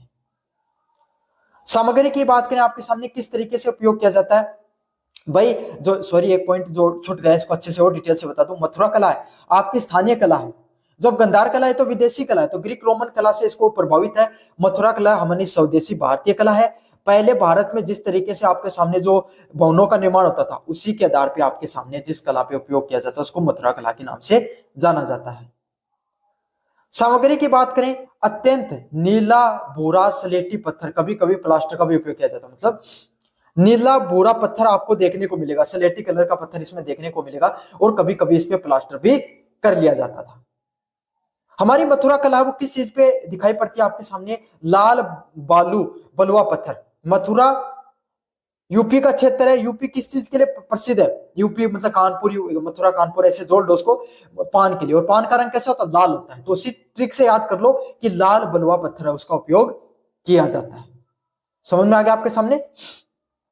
और आपके सामने जो ग्रीक रोमन शैली है उसमें कौन सा? नीला व भूरा स्लेटी कलर है, उसको यूज किया जाता था। अगले वाला पॉइंट है भगवान बुद्ध की प्रतिमाएं। बाहरी यथार्थवाद पे अधिक बल रहा। बुद्ध को यूनानी देवता अपोलो के समान चित्रित किया गया। मतलब आपके सामने इसमें क्या रहा? बाहरी यथार्थवाद, मतलब बाहरी लोग ग्रीक रोमन है तो कहीं ना कहीं उन लोगों की संस्कृति का भी उसमें प्रभाव देखने को मिलेगा। तो यही चीज इसमें देखने को मिलती है, बाहरी लोगों के जो यथार्थवाद है वो इससे जुड़ाव देखने को मिलता है। भगवान बुद्ध है उसको जो यूनानी देवता है अपोलो, उसके समान उसको दिखाने का प्रयास किया गया है, उसके समान सारी की सारी चीजों को बताया गया है। समझ में आ गया आपके सामने? आध्यात्मिक यथार्थवाद। महात्मा बुद्ध को यौगिक या आध्यात्मिक नेता के रूप में चित्रित किया गया। मतलब महात्मा बुद्ध उसको किस रूप में दिखाया गया है? जो अपनी स्वदेशी कला मथुरा कला, उसमें एक योगी और आध्यात्मिक नेता के रूप में दिखाया गया, मतलब आध्यात्मिक व्यक्ति के रूप में दिखाया गया। क्यों? क्योंकि हमारे भारत में प्राचीन कला में जो योगी है या फिर आपके सामने योग का बड़ा महत्व रहता था। ऋषि मुनि हमारे बहुत प्राचीन समय से हैं, तो उसी रूप में हम कल्पना कर सकते हैं, उसी रूप में अपने को क्या कर सकते हैं? कोई भी व्यक्ति तो उसकी रचना कर सकते हैं। और वास्तविकता में महात्मा बुद्ध एक प्रकार के जो ध्यान और योगी के रूप में ही थे भी। समझ में आ गया आपके सामने? तो मथुरा कला में अपोलो जो उनका देवता है उसके रूप में दिखाने का प्रयास किया महात्मा बुद्ध को, और यहां पर इन्होंने किस रूप में दिखाया है? योगी के रूप में दिखाया है। शरीर चित्रण की बात करें, मांसल शरीर, मांसपेशियां स्पष्ट, वस्त्रों की तरह स्पष्ट पारदर्शी जैसे शरीर दिखता है। मतलब सीधी सीधी बात यही है, आपके सामने जो शरीर है उसमें मांसपेशियां स्पष्ट रूप से दिखाई देती हैं, और शरीर है उसको अच्छे से दिखाया जाता है। घुंघराले बाल, मूछें वगैरह इसमें क्या है? दिखाई पड़ती हैं। जबकि अगर अपन स्वदेशी कला की बात करें, इसमें आपके सामने महात्मा बुद्ध है उसका शरीर गठिला ऊर्जावान के रूप में दिखाई। मतलब जैसे एक योगी होता है, एक ऋषि मुनि होता है, उसके शरीर की ऊर्जा आपके सामने करीब जाते महसूस होती है। तो उसी तरीके से आपके सामने जो महात्मा बुद्ध है उसको दर्शाया गया है। उनके वस्त्र उनके चिपके हुए हैं, बाएं कंधे पर सिर थोड़ा मुड़ा हुआ रहता है, और बाल, छोटे बाल व मूछें नहीं दिखाई पड़ती है। मतलब शेविंग की हुई है मथुरा कला के अंदर। भाव अभिव्यक्ति की बात करें, मानवीय भाव, शारीरिक सौंदर्य व इंद्रियों पर केंद्रित है। मतलब ज्यादातर चीजें देखें तो जो अपनी जो ग्रीक रोमन शैली है, समझ में आ गया आपके सामने? जो ये गंधार कला है ये किस चीज पे फोकस करती है? कोई भी इंसान उसको कितना आकर्षक दिखाया जा सकता है, कितना बेहतर दिखाया जा सकता है। तो यही चीज उन्होंने महात्मा बुद्ध को दिखाने में भी की है। उनकी मानवीय भाव, उनके शरीर सौंदर्य और उनकी इंद्रियों पर मुख्यतः क्या क्या गया? फोकस किया गया। अगर वहीं पर आपके सामने मथुरा कला की बात करें, इसमें एक योगी के रूप में उनको दिखाने का प्रयास किया है। तो वहां पर क्या दिखाया गया? अध्यात्म की शक्ति को दिखाने का प्रयास किया है, उनको ऊर्जावान दिखाने का प्रयास किया है, उनकी आंतरिक आनंद और उनकी भारतीय जो सौंदर्य बोध है उसको दिखाने का इसमें प्रयास किया गया है। मतलब इंसान के अंदर की जो जितना जैसे इंसान ध्यान करता चला जाता है उसके अंदर की ऊर्जा बढ़ती चली जाती है। तो यही सब चीजें उसमें दिखाने का प्रयास किया गया है। साथ के साथ भारतीय जो सौंदर्य बोध है इसको दिखाने का प्रयास किया गया है इसमें। समझ में आ गया आपके सामने? तो अध्यात्म को मुख्यतः जो अपनी स्वदेशी है जो कला उसमें दिखाया गया है। प्रतीक की बात करें, बुद्ध को पहली बार मानव रूप में दर्शाया गया। मतलब महात्मा बुद्ध है ना, उसको पहली बार मानव के रूप में दिखाने का प्रयास किया है। किसमें? गंधार कला में। और आपके सामने अगर जो ये अगली कला है, कौन सी वाली? जो मथुरा कला है, इसमें महात्मा बुद्ध की प्रारंभिक मूर्तियों में यक्ष व यक्षिणी के समान विशालकाय, मतलब बहुत बड़ी बड़ी मूर्तियां हैं उसमें आपके सामने दिखाई पड़ते हैं। और इसमें क्या है? इसमें मानव रूप में दिखाया गया, यहाँ पे यक्ष व यक्षिणी के रूप में। मतलब सीधी सीधी बात है, ऋषि मुनि के रूप में उनको दिखाया गया मथुरा कला में, और यहाँ पर मानव कला में, गंधार कला में ज्यादा फोकस किया गया है। अन्य की बात करें, देवताएं जैसी आकृति, सिर पर जुड़ा मतलब देवताओं जैसी आकृति दिखाई पड़ती है, सिर पे जुड़ा और उनके पीछे आपके सामने जो गोल चक्कर सा बना होता है ना, इस प्रकार की चीजें वो दिखाया गया है। सिर के पीछे विशाल आभा मंडल, सॉरी मतलब इसमें बता दिया मैंने, ग्रीक रोमन में बता दिया, जो पीछे आभा मंडल है वो नहीं होगा, इसमें सिर्फ जूड़ा बनाया गया है। महात्मा बुद्ध के सिर पे जूड़ा बनाया गया, मतलब बालों का गुच्छा दिखाया गया है। लेकिन जो सिर पे, जैसे आजकल अपने भगवान है ना हिंदू धर्म के, उनके पीछे आपने कुछ ऐसा सा आभा मंडल देखते होंगे आप, है ना, पीछे गोल चक्कर सा करके उसमें थोड़ा सा रोशनी दिखाने का प्रयास किया जाता है, उसको आभा मंडल के रूप में जाना जाता है। और जब ऐसी प्रकार की मूर्तियां आप देखते हो तो समझना वो मथुरा कला से बनी हुई मूर्तियां या चित्र हो सकते हैं। तो सिर के पीछे इसमें क्या दिखाई पड़ता है, आपके सामने आभा मंडल है वो दिखाई पड़ता है, किसमें, मथुरा। समझ में आ गया आपके सामने। अब कुषाणों का जो सांस्कृतिक योगदान क्या रहा उसके बारे में अपन विस्तार से पढ़ेंगे। कुषाणों का सांस्कृतिक योगदान मुख्य रूप से बौद्ध धर्म के विकास व कलात्मक शैलियों के संरक्षण के रूप में देखा जा सकता है। मतलब जो कुषाण है वंश हुआ, उसने क्या क्या, आपको पता है भाई, कनिष्क उसमें प्रमुख आपके सामने सम्राट रहे, और उनके द्वारा चौथी बौद्ध संगति है उसका क्या क्या कराया गया था, आपके सामने आयोजन करवाया गया था। ना सिर्फ उन्होंने चौथी बौद्ध संगति जो उसका आयोजन करवाया, बल्कि आपके सामने जो सिल्क रूट है उस पर उनका नियंत्रण था, तो इसीलिए उससे इन्होंने मध्य एशिया व आपके सामने उत्तरी एशिया के अंदर आपके सामने क्या क्या, उन्होंने जो बौद्ध धर्म है उसका प्रचार प्रसार करने का भी कार्य किया। क्या पॉइंट है बौद्ध धर्म के संरक्षण व प्रसार, महायान बौद्ध धर्म है उसके ये मुख्य संरक्षक माने जाते हैं। जैसे चौथी बौद्ध संगति होती है, इसके अंदर जो धर्म है बौद्ध धर्म वो दो भागों में बढ़ जाता है, महायान व हीनयान। हीनयान वो होता है जिसके अंदर महात्मा बुद्ध के बताए गए उपदेशों पे वो लोग चलते हैं, उनको ईश्वर के रूप में नहीं मानकर एक ऋषि मुनि के रूप में मानते हैं, और उनको देवता मानकर पूजा नहीं की जाती, उनकी मूर्ति पूजा नहीं की जाती, उनको देवता मानकर नहीं पूजा की जाती है, उनको हीनयान के रूप में जाना जाता है। फिर अगले वाले महायान, महायान वाले भगवान बुद्ध के उपदेशों को भी मानते हैं, उनको ईश्वर भी मानते हैं, और उनकी मूर्ति पूजा करने का भी कार्य करते हैं। समझ में आ गया आपके सामने। कनिष्क संरक्षण में चौथी बौद्ध संगति हुई, जिसमें महायान बौद्ध धर्म की वैधता प्रदान हुई। जिसमें क्या हुई, महायान का जो बौद्ध धर्म है, मतलब जो बौद्ध धर्म उसको दो भागों में बांट दिया, उसमें महायान जो भगवान बुद्ध को आपके सामने किसके रूप में मानते थे, ईश्वर के रूप में मानते थे, उसकी वैधता प्राप्त होती है। इन्होंने बुद्ध को देवता मानकर उनकी पूजा शुरू की, जिससे आम लोगों के लिए बौद्ध धर्म है वो अधिक सुलभ हो गया, जिससे क्या आपके सामने बौद्ध धर्म है वो और लोग आपके सामने ज्यादा से ज्यादा मानने लगे। क्यों, जो हिंदू धर्म के ज्यादा वही लोग थे जो जिनको देवताओं की पूजा करने के आपके सामने क्या, जो उनके पूर्वजों से जो गति चली आ रही थी, उन्हीं सब चीजों से लोग प्रभावित हुए, और उन्होंने भी क्या किया, आपके सामने देवता मानकर पूजना शुरू कर दिया। और इससे क्या, महात्मा बुद्ध है और यह बौद्ध धर्म है वो आपके सामने और अधिक सुलभ और सरल हो गया। अंतरराष्ट्रीय प्रसार, कुषाणों ने रेशम मार्ग के माध्यम से बौद्ध धर्म के को मध्यम एशिया व चीन तक पहुंचाया, जिससे एक विश्व धर्म के रूप में बन गया। मतलब कुषाणों ने क्या किया, रेशम मार्ग जो सिल्क रूट पर इनका कंट्रोल हो गया, तो इसके माध्यम से इन्होंने क्या किया, बौद्ध जो धर्म है उसको एशिया में फैलाया, और जो मध्य एशिया में और चीन में फैलाने का कार्य किया। ईरान, इराक, इंडोनेशिया, आपके सामने थाईलैंड और आपके सामने चाइना जैसे देशों में आपके सामने बौद्ध धर्म आपके सामने जो मुख्यतः देखने को मिलता है, बौद्ध सबसे ज्यादा यहाँ पर देखने को मिलते हैं। वो कैसे देखने को मिलते हैं, क्यों देखने को मिलते हैं, क्योंकि वहां पर वो किनके द्वारा फैलाए गए हैं, कनिष्क का उसमें सबसे ज्यादा महत्वपूर्ण योगदान है। और आज के समय ये जो बौद्ध धर्म है वो सिर्फ कुछ लोगों तक नहीं सिमटा, बल्कि एक विश्व धर्म के रूप में प्रचार और प्रसारित होता चला गया। अगला है स्तूप और विहार। कनिष्क ने पुरुषपुर और विशाल स्तूप और विहार बनाए, जो बौद्ध धर्म और शिक्षा की आराधना केंद्र बने।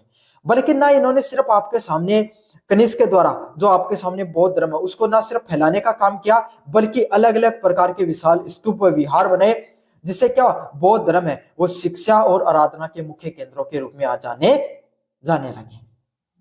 समझ में आ गया आपको अच्छे से। अगले वाला पॉइंट है इसके अंदर, कला व संरक्षण। कुषाणों ने, जो कुषाण है उनके द्वारा आपके सामने गंधार व मथुरा कला जो शैलियां हैं उसका संरक्षण दिया गया। मतलब जो कुषाण है उनके द्वारा क्या किया, गंधार व मथुरा कला को भी इनके द्वारा संरक्षित किया गया था। कुषाणों के द्वारा गंधार व मथुरा कला दोनों की शैलियों को संरक्षित किया गया, जिसके परिणाम स्वरूप बौद्धिस्ट जैन तीर्थकारों की अनगिनत मूर्तियों का निर्माण हुआ। मतलब इन्होंने क्या किया, जो मूर्तिकार जो मूर्तियों का निर्माण करते थे उनको इन्होंने क्या किया, आपके सामने बढ़ावा देने का कार्य किया, उन लोगों को इन्होंने संरक्षण देने का कार्य किया, जिससे क्या हुआ, आपके सामने जो भगवान बुद्ध की मूर्तियां हैं जैन तीर्थकारों की मूर्तियां हैं उनकी बहुत ज्यादा प्रतिमाएं हैं या मूर्तियों का निर्माण होना शुरू हुआ।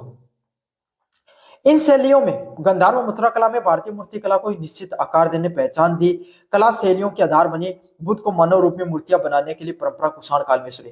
मतलब आज अगर वर्तमान समय में आप क्या देखते हो, भगवान बुद्ध की जो मूर्ति प्रतिमाएं देखते हो अलग अलग जगह पर, वो किसकी देन है? कुषाण वंश की देन है। कुषाण वंश ने ही सबसे पहले भगवान बुद्ध की जो मानव रूप में जो मूर्तियां हैं उसको बनाने की जो परंपरा उसको शुरू की थी। जिससे क्या आपके सामने जो बौद्ध धर्म है, बौद्ध धर्म का आम लोगों के लिए प्रसार आसान हो गया। जिससे क्या बौद्ध धर्म है वो आम लोगों के लिए बहुत ज्यादा ही प्रचारित हो गया, प्रसारित हो गया। क्यों? जब लोग मूर्तियां देखते हैं तो इससे क्या बार बार लोगों के दिमाग में रिटेंशन रेट बढ़ता है। भाई कोई किसी चीज को बार बार देखते हो तो आपको क्या हो जाता है, उस चीज से धीरे धीरे आपका अट्रैक्शन होना शुरू हो जाता है। तो यही है, अब धीरे धीरे बौद्ध धर्म है उसको मूर्ति के रूप में आया, तो अधिक सरल हो गया और ज्यादा आपको क्या हो गया, आपके सामने सुलभ हो गया लोगों के लिए। अगले वाला पॉइंट आपके सामने साहित्य और विद्वानों का संरक्षण। अगले वाला पॉइंट है इसके अंदर आपके सामने जो साहित्य और विद्वानों का संरक्षण। तो कुषाण वंश है उसके द्वारा अलग अलग प्रकार के साहित्य और विद्वानों का संरक्षण दिया गया, जिसमें से कनिष्क है उसका नाम सबसे सर्वप्रथम आता है। क्यों? कनिष्क एक खुद आपके सामने स्वयं एक बहुत बड़ा विद्वान था, बहुत बड़ा साहित्यकारों का संरक्षक था। उसके दरबार में अश्वघोष, नागार्जुन और आपके सामने जैसे जो महान बौद्ध के दार्शनिक है, चरक संहिता के जो निर्माता आपके सामने चरक, उन जैसे जो आयुर्वेदाचार्य हो गए आपके सामने, नागार्जुन हो गए, अश्वघोष जैसे आपके सामने प्रमुख जो साहित्यकार रचनाकार हैं, उनको अपने इस जो दरबार में उन्होंने ना दरबार में हिस्सा रखा उनको, बल्कि उनको आगे बढ़ाने में भी मदद की। जिससे जो संस्कृत साहित्य है उसको भी आगे बढ़ने में क्या मिला, बहुत बड़ा योगदान रहा कुषाण वंश का। अगले वाला पॉइंट है नगरीय विकास और व्यापार।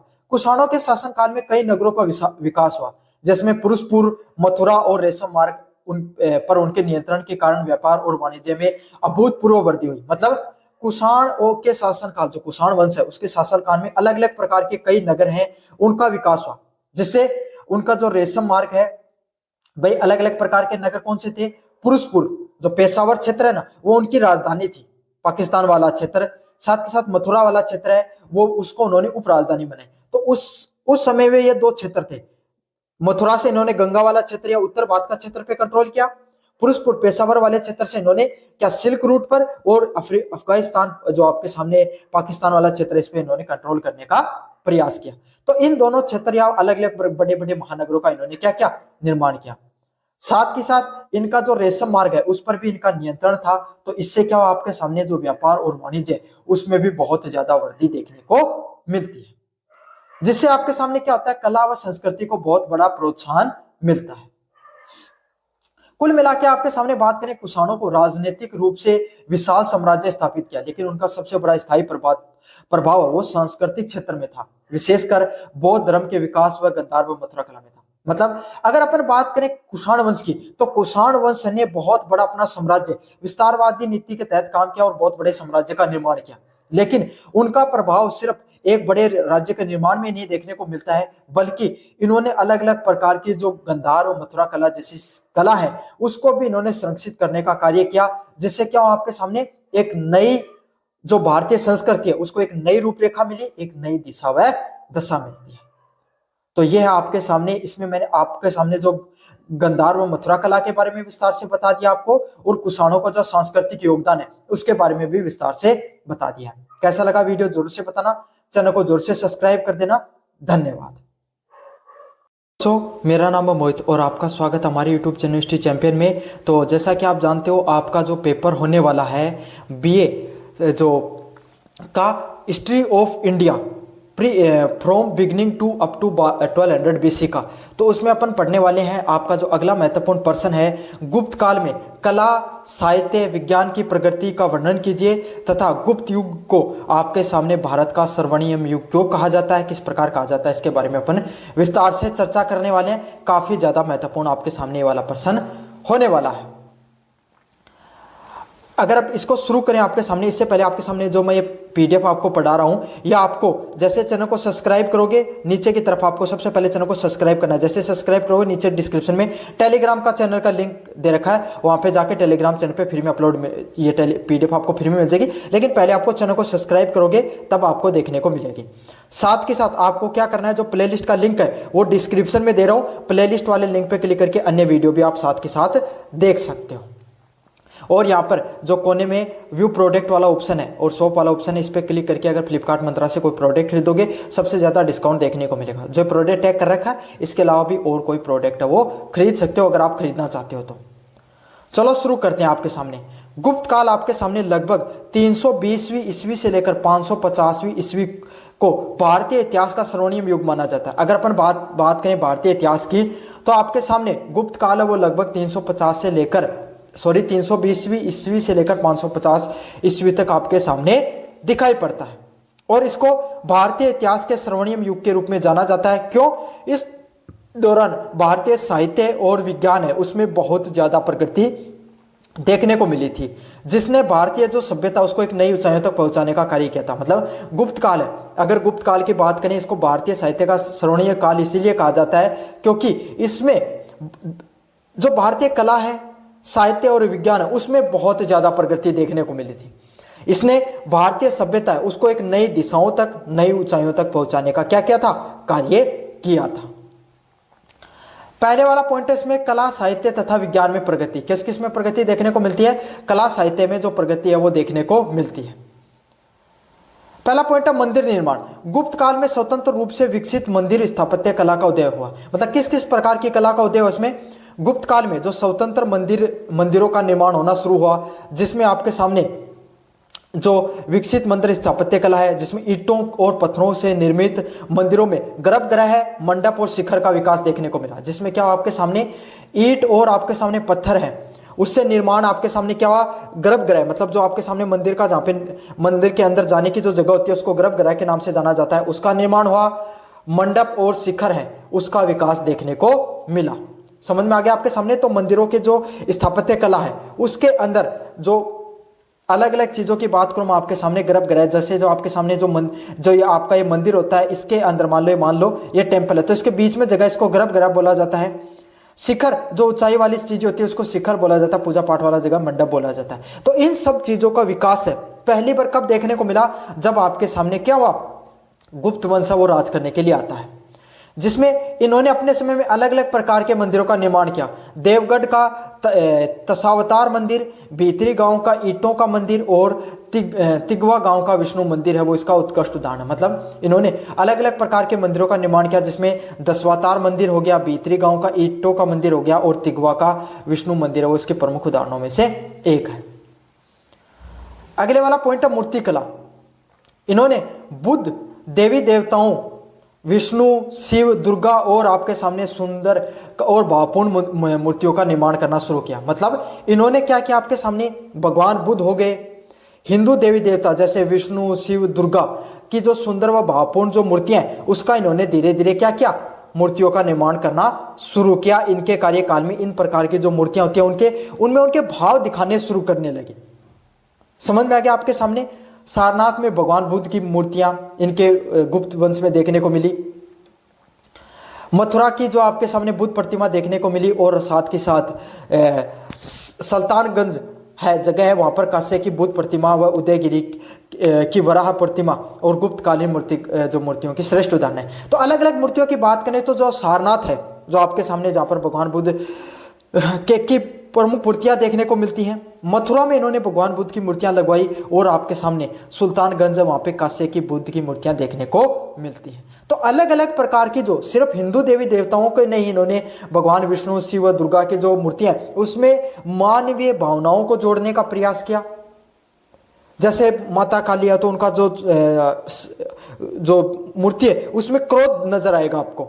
दुर्गा माता उनके जो आपके सामने भगवान राम है तो उनका जो शरीर उसमें तेज ओजस्व नजर आएगा आपके सामने। भगवान श्री कृष्ण है, उनकी चेहरे पे आपको थोड़ा मधुरमय भाव दिखाई देता है। तो इस प्रकार के जो भाव है वो अलग अलग प्रकार के देवी देवताओं की मूर्तियों में सबसे पहले कब दिखाई पड़े आपके सामने, किसके कार्यकाल में दिखाई पड़े, गुप्त वंश के कार्यकाल में दिखाई पड़े। अगले वाला पॉइंट आपके सामने चित्रकला। अगले वाला पॉइंट क्या आपके सामने, चित्रकला। अजंता की गुफाएं हैं, अजंता की गुफा 16, 17 व 19 और बाकी गुफाएं और भित्ति चित्र इस कला का कलात्मक उत्कृष्ट का परिणाम है। मतलब अजंता की गुफा है 16, 17, 19 और बाघ की गुफाएं और भित्ति चित्रकला है, वो इस कला की क्या है, सबसे कलात्मक जो उत्कृष्ट का परिणाम है, जिससे मानवीय भावनाओं और जीवन के दर्शन को संजीव रूप से दिखाया गया है। मतलब जो अजंता की गुफाएं 16, 17 व 19 और बाघ की गुफाएं हैं उसमें क्या आपके सामने ये जो चित्रकला की गई वो भी कब की गई आपके सामने, गुप्त काल में की गई। और गुप्त काल की विशेषता यही है कि इनके जो चित्रों का निर्माण हुआ उसमें मानवीय भावनाएं देखने को मिलती हैं और जीवन के जो सजीव चित्र हैं वो देखने को मिलते हैं। समझ में आ गया आपको विस्तार से। साहित्य की बात करें, किस प्रकार के साहित्य की रचना हुई, संस्कृत साहित्य का स्वर्णिम युग। गुप्त काल के समय आपके सामने जो संस्कृत साहित्य है उसका स्वर्णिम युग माना जाता है। क्यों? क्योंकि गुप्त काल में जो संस्कृत साहित्य है उसको क्या किया गया, उसको विस्तार से उसका विस्तार देखने को मिला। उसमें कालिदास जैसे प्रमुख कवि हैं जिनको पूरी सिर्फ भारत में नहीं बल्कि पूरी दुनिया के अंदर एक बहुत महान कवि के रूप में, लेखक के रूप में जाना जाता है। उनको अपने कार्यकाल में संरक्षण देने का गुप्त वंश के सम्राटों ने कार्य किया, जिसमें इन्होंने अभिज्ञान शकुंतलम, मेघदूत, रघुवंशम और कुमार संभवम जैसी जो प्रमुख आपके सामने क्या है, प्रमुख जो लेख है या प्रमुख साहित्य है वो किसके द्वारा रचना की गई, कालिदास के द्वारा की गई। तो इन सभी आपके सामने रचनाओं के नाम याद कर लो और फिर आपके सामने इनको क्या करना, आपको लिख देना है जैसे प्रश्न आए तक। इस काल के सबसे महान कवि और नाटककार के रूप में जाना जाता है। इनको किस रूप में जाना जाता है, सबसे महान कवि और नाटककार के रूप में किसको जाना जाता है, कालिदास को जाना जाता है। अन्य लेखकों की बात करें आपके सामने तो विशाखा दत्त, मुद्रा राक्षस उनके द्वारा लिखी गई, देवी चंद्रपुरम, शूद्रक जिसमें मत्स्य कट्टिकम, दंडी जो देश जिनके द्वारा देश कुमार चरित्र जैसे आपके सामने प्रमुख लिखे गए। तो इसमें अगर आप याद करना चाहो ना तो विशाखा दत्त को याद कर लेना और शूद्रक को याद कर लेना, बाकी और संस्कृत के साहित्यकारों को ज्यादा याद करने की जरूरत नहीं क्योंकि इतना नाम आपको याद नहीं होगा। कालिदास को जरूर से याद कर लेना, कालिदास के प्रमुख साहित्य कृतियों को भी याद कर लेना, कंपटीशन में भी देखने को मिलते हैं और यहाँ पर भी अगर आप लिख के आओगे तो आपके और ज्यादा नंबर देखने को मिलेंगे। पुराणों का संकलन की बात करें, इस काल में कई प्रकार के पुराण ये तो संस्कृत में जो अन्य साहित्यकार हैं उनके द्वारा रचना की गई, जैसे कालिदास हो गए, विशाखा दत्त हो गए, शूद्रक हो गए।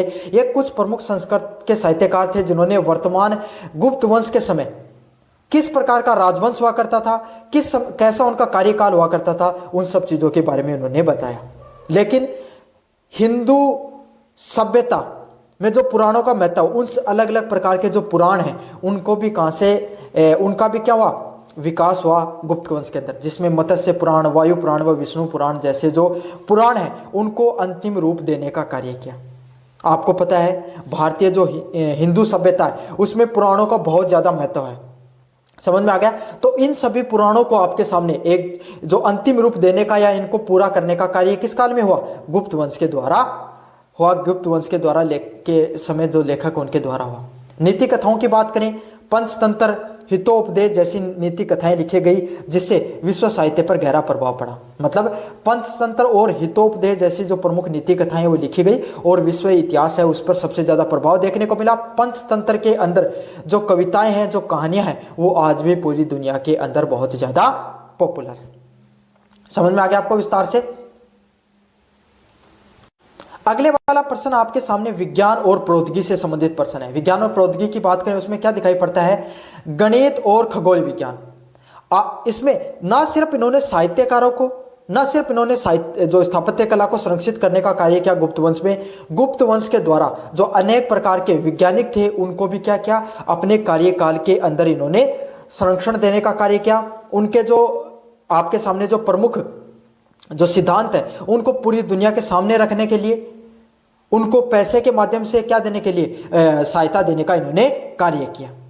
जिसमें आपके सामने गुप्त वंश के समय ही आर्यभट्ट है, जिनके द्वारा सूर्य का सिद्धांत दिया गया। आर्यभट्टम ने सूर्य का सिद्धांत दिया। दशमलव प्रणाली है और पाई का जो मान है उसकी मानों की खोज की गई। किसके द्वारा? आपके सामने जो प्रमुख रूप से आपके सामने गुप्त वंश के द्वारा ही की गई, गुप्त वंश के राजवंशों में हुई। तो आर्यभट्ट ने सूर्य का सिद्धांत दिया और पाई की खोज वो किसके द्वारा की गई थी?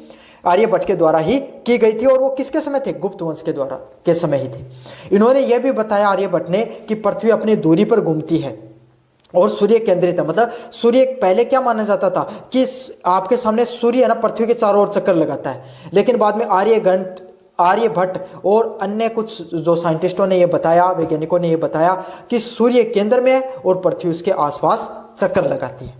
समझ में आ गया? अन्य प्रकार के आपके सामने जो प्रमुख साहित्यकारों की बात करें तो उसमें कौन है? वराह मिहिर प्रमुख साहित्यकार हैं, जिन्होंने बृहत संहिता लिखी, पंच सिद्धांतिका लिखी गई और खगोल विज्ञान से संबंधित इन्होंने बहुत महत्वपूर्ण कार्य किए। तो वराह मिहिर है, इनके द्वारा क्या आपके सामने विज्ञान पे बहुत से कार्य किए, ज्योतिष विज्ञान के बारे में बताया और मौसम विज्ञान है उसके बारे में बहुत सी चीज़ों के बारे में विस्तार से बताया। तो वराह मिहिर आपके सामने जिन्होंने आपके सामने बृहत संहिता लिखी, पंच सिद्धांतिका लिखी गई, इसमें खगोल विज्ञान के बारे में, ज्योतिष विज्ञान के बारे में विस्तार से बताया गया। ब्रह्मगुप्त है, उनके द्वारा गुरुत्वाकर्षण का जो नियम है उसका भी प्रारंभिक रूप से विचार किया गया। ब्रह्मगुप्त ने गुरुत्वाकर्षण नियम है उसके बारे में जो स्टार्टिंग के रूप में कि कहीं ना कहीं आपके सामने पृथ्वी है वो सूर्य के जो चारों तरफ चक्कर इसीलिए लगाती है, कहीं ना कोई बल कार्य करता है और बाद में उसी बल को गुरुत्वाकर्षण बल के रूप में जाना गया। ये किसने कही यह बात? आपके सामने ब्रह्मगुप्त के द्वारा ये बात कही गई। समझ में आ गया आपको विस्तार से? अगले वाला पॉइंट है धातु विज्ञान। दिल्ली के लो स्तंभ है आपके सामने, वो किस चंद्रगुप्त द्वितीय है उसके द्वारा जो दिल्ली का जो लो स्तंभ है उसका निर्माण कराया गया। मतलब चंद्रगुप्त द्वितीय ने क्या किया? आपके सामने दिल्ली के अंदर जो लो स्तंभ है उसके निर्माण कराने का कार्य किया, जिससे क्या गुप्त कालीन जो धातु विज्ञान है वो उत्कृष्ट कला है उस समय पैदा होती है, जो 1600 ईस्वी से अधिक समय तक अभी तक उस पर जंग नहीं लगा। तो दिल्ली के अंदर जो आपके सामने दिल्ली टॉप रहा, वहाँ पे आपके सामने जो दिल्ली का लो स्तंभ दिखाई पड़ता है। अब देखो लोहे से बनी चीज़ें उसको जंग लग जाती है, लेकिन देखो गुप्त कालीन काल में इस प्रकार के धातु विज्ञान उन्होंने इस प्रकार से उसको क्रिस्टलाइज किया, इस प्रकार से उस पर जंग रोधी कोई जो आपके सामने कोई विधि लगाई, जिससे आज 1600 वर्ष हो गए लेकिन अभी तक उस पर क्या नहीं लगा? जंग अभी तक नहीं लगा। अगले वाला पॉइंट है चिकित्सा विज्ञान। चरक संहिता व सुश्रुत संहिता संभवतः है आपके सामने पहले के ग्रंथों के संकलन और विस्तार था। मतलब चरक संहिता और जो सुश्रुत संहिता है वो आपके सामने सबसे पहले जो धार्मिक ग्रंथ है उसमें से ग्रंथों में से देखने को मिलते हैं, जिसमें चिकित्सा विज्ञान व शल्य चिकित्सा के बारे में आपको विस्तार से पता चलता है। समझ में आ गया? तो चिकित्सा विज्ञान पे इन्होंने कार्य किया, धातु विज्ञान पे इन्होंने कार्य किया, साथ के साथ मौसम विज्ञान, आर्यभट्ट जैसे वैज्ञानिक इनके कार्यकाल में गुप्त काल वंश में देखने को मिले। इसीलिए क्या कहा जाता है? आपको स्वर्णीय युग कहा जाता है। यह तो था आपके सामने गुप्त वंश से संबंधित। अगर आपके सामने विज्ञान की प्रगति से संबंधित प्रश्न आ जाए तो यह करना है। अब आपको इसको स्वर्णीय युग क्यों कहा जाता है इसके ऊपर अपन विस्तार से पढ़ेंगे। गुप्त वंश को स्वर्णिम युग इसलिए कहा जाता है क्योंकि पहला पॉइंट है इसके अंदर आपको लिखना है समग्र विकास, कला, साहित्य, सामाजिक, दर्शन, धर्म व प्रशासन जैसे सभी क्षेत्रों में अभूतपूर्व है जो इसमें उन्नति देखने को मिली। मतलब जो गुप्त वंश है इसके समय कला का बहुत ज्यादा विकास हुआ, साहित्य का बहुत ज्यादा विकास हुआ, विज्ञान व धर्म दर्शन व धर्म और प्रशासन जैसी चीजें उसमें बहुत ज्यादा व्यापक स्तर पे क्या हुआ, बहुत ज्यादा आपके सामने विकास होता दिखाई पड़ता है।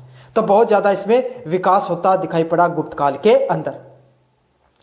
अगले वाला पॉइंट आपके सामने स्थिरता और शांति। एक शक्तिशाली और सुदृढ़ केंद्रीय प्रशासन ने लगभग 2 शताब्दियों तक राजनीतिक स्थिरता व शांति प्रदान की, जिससे रचनात्मक गतिविधियां उसको प्रोत्साहन मिला। मतलब गुप्त वंश के समय क्या आपके सामने एक शक्तिशाली और सुदृढ़ केंद्रीय प्रशासन ने लगभग क्या 2 शताब्दियों तक आपके सामने 200 वर्षों तक लगभग क्या कार्य राज करते रहे भारत के ऊपर। अब कोई राजवंश 200 वर्षों तक लगातार स्थिर रूप से, जिसमें लगातार एक नहीं 3 से 4 5 से 6 लगातार आपके सामने शक्तिशाली राजा आए जिन्होंने पूरे भारत पर क्या किया, राज किया।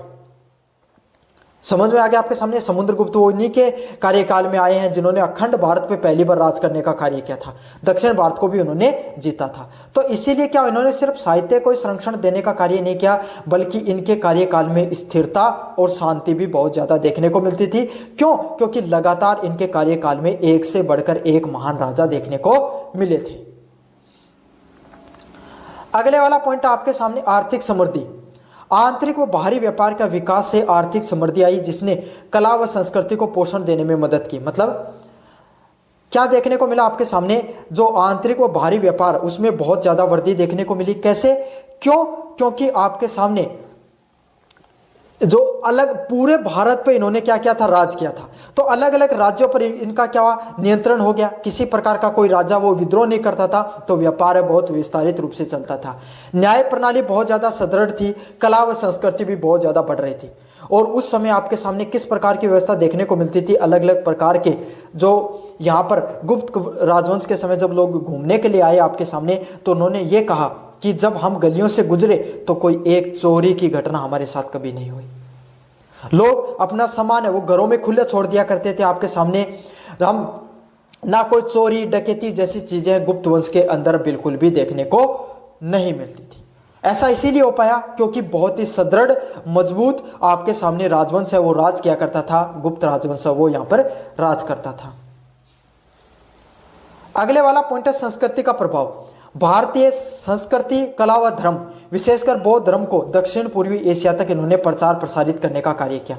मतलब इनके द्वारा क्या आपके सामने जो बौद्ध धर्म है जो गुप्त वंश है, इसके द्वारा क्या किया गया, भारतीय संस्कृति, कला व धर्म को, खास करके बौद्ध धर्म है, इसको पूरी दुनिया में इन्होंने क्या किया, फैलाने का कार्य किया, जिससे दक्षिणी पूर्वी एशिया तक प्रचार प्रसार है वो देखने को मिलता है। बौद्ध धर्म का हर जगह अलग अलग जगह प्रचार प्रसार देखने को मिलता है। कैसे देखने को मिला? क्योंकि इन्होंने क्या किया, भारतीय संस्कृति, कला व धर्म को अलग अलग जगह पर प्रचारित व प्रसारित करने का काम किया था। अगला वाला पॉइंट है ज्ञान का सर्वसर्धन। गणित, खगोल विज्ञान, धातु विज्ञान जैसे क्षेत्रों में मौलिक शोध ने क्या किया, विश्व को मूल्यवान ज्ञान दिया। मतलब गणित और आपके सामने खगोल विज्ञान जैसे जो प्रमुख विज्ञान है, इनके जो शोध हुए, इससे क्या पूरी दुनिया के अंदर क्या देखने को मिला आपके सामने, पूरी दुनिया के अंदर जो इस शोध है, जो इनके द्वारा जो रिसर्च की गई इनके लोगों के द्वारा, कालिदास जैसे प्रमुख साहित्यकार रहे, आर्यभट्ट जैसे प्रमुख वैज्ञानिक रहे, चरक संहिता लिखने वाले चरक जैसे प्रमुख आयुर्वेद के ज्ञाता रहे। तो इस प्रकार के सिर्फ एक क्षेत्र में ही नहीं, अलग अलग प्रकार के क्षेत्रों में आपके सामने इनकी महानता दिखाई पड़ती है। समृद्धशाली इनका राज्य था, न्याय प्रणाली इतनी सुदृढ़ थी, कोई चोरी जैसी चीजें नहीं देखने को मिलती थी। इनके द्वारा महात्मा बुद्ध है या आपके सामने बौद्ध व हिंदू धर्म को, दो बड़े धर्मों को इन्होंने एक साथ चलने का प्रयास चलाया, और दोनों के दोनों धर्मों में किसी प्रकार का कोई विघटन नहीं देखने को मिला। उस समय की मूर्ति कला को, स्थापत्य कला को अपने अलग स्तर पर लेकर चले गए। कालिदास, विशाखा दत्त जैसे प्रमुख आपके सामने साहित्यकार है वो इनके जो कार्यकाल में पनपे। तो इससे यह पता चलता आपके सामने कि इनका कार्यकाल है वो सिर्फ विस्तारवादी नीति पर ही काम नहीं करता था। अच्छा, साहित्य ने इनके समय चंद्रगुप्त द्वितीय और आपके सामने समुद्रगुप्त जैसे प्रमुख राजा हुए, जिनको भारत के नेपोलियन के नाम से भी जाना जाता है। तो ऐसा इसीलिए हो पाया क्योंकि इनका कार्यकाल में एक से बढ़कर एक समर्थशाली राजा निकल कर आए, और वो एक सर्वांगीण विकास करने का उन्होंने संपूर्ण जो अपना साम्राज्य उसका सर्वांगीण विकास किया। इसीलिए इनका जो साम्राज्य, इसको किस नाम से जाना जाता है, भारत के स्वर्णिम युग के नाम से जाना जाता है। ये उन प्रमुख आपके सामने जो अखंड भारत की आज बात की जाती है, उस अखंड भारत को सबसे पहले समुद्रगुप्त के द्वारा निर्मित किया गया था, जिसमें अफगानिस्तान से लेकर पश्चिम में अफगानिस्तान से इधर आपके सामने म्यांमार तक, जो पूर्वी क्षेत्र में, उत्तरी क्षेत्र में आपके सामने तिब्बत जैसे क्षेत्र तक, और दक्षिण में आपके सामने जो श्रीलंका या फिर आपके सामने जो दक्षिण भारत है, संपूर्ण भारत को जीतने का कार्य किनके द्वारा किया गया था, गुप्त राजवंश के द्वारा किया गया था। और सिर्फ ना इन्होंने अपने राजवंश को आपके सामने क्या किया, विस्तारित किया, बल्कि इन्होंने अपने राजवंश को संभाल कर भी रखा। यही इनकी सबसे बड़ी खासियत रही। यद्यपि स्वर्णिम युग शब्द कुछ हद तक आदर्शवादी हो सकता है, लेकिन इस काल में जाति व्यवस्था और स्त्रियों की कुछ सीमाएं थी। फिर भी गुप्त काल की हुई सर्वांगीण प्रगति ने भारतीय इतिहास को ऐतिहासिक व स्वर्णिम छाप छोड़ी। हो सकता है इनके जो समाज है, कार्य जो इनका राजवंश रहा, इसमें जातिवाद देखने को मिलता था। क्यों भाई, जातिवाद उस समय चरम सीमा पर था, तो इनके कार्यकाल में जातिवाद और महिलाओं पर पाबंदियां इनके कार्यकाल में भी बनी रही। लेकिन इनके कार्यकाल में अगर हम व्यापक दृष्टिकोण से अगर देखने का प्रयास करें तो हमें पता चलता है कि इनके कार्यकाल में सर्वांगीण विकास हुआ, और यही सर्वांगीण विकास है। इसी के वजह से आज क्या होता है आपके सामने, पूरा जो इनके जो गुप्त राजवंश है, इनको क्या कहा जाता है, भारत के स्वर्णिम युग के नाम से जाना जाता है। तो यह था आपके सामने जो आपका सबसे महत्वपूर्ण प्रश्न, गुप्त राजवंश के कला व साहित्य विज्ञान की प्रगति के बारे में बताइए, और इन्हें स्वर्णिम युग क्यों कहा जाता है, इनके कार्यकाल को, इसके बारे में बताइए। अपन ने विस्तार से पढ़ा। कैसा लगा वीडियो जरूर से बताना, चैनल को जरूर से सब्सक्राइब कर देना। धन्यवाद।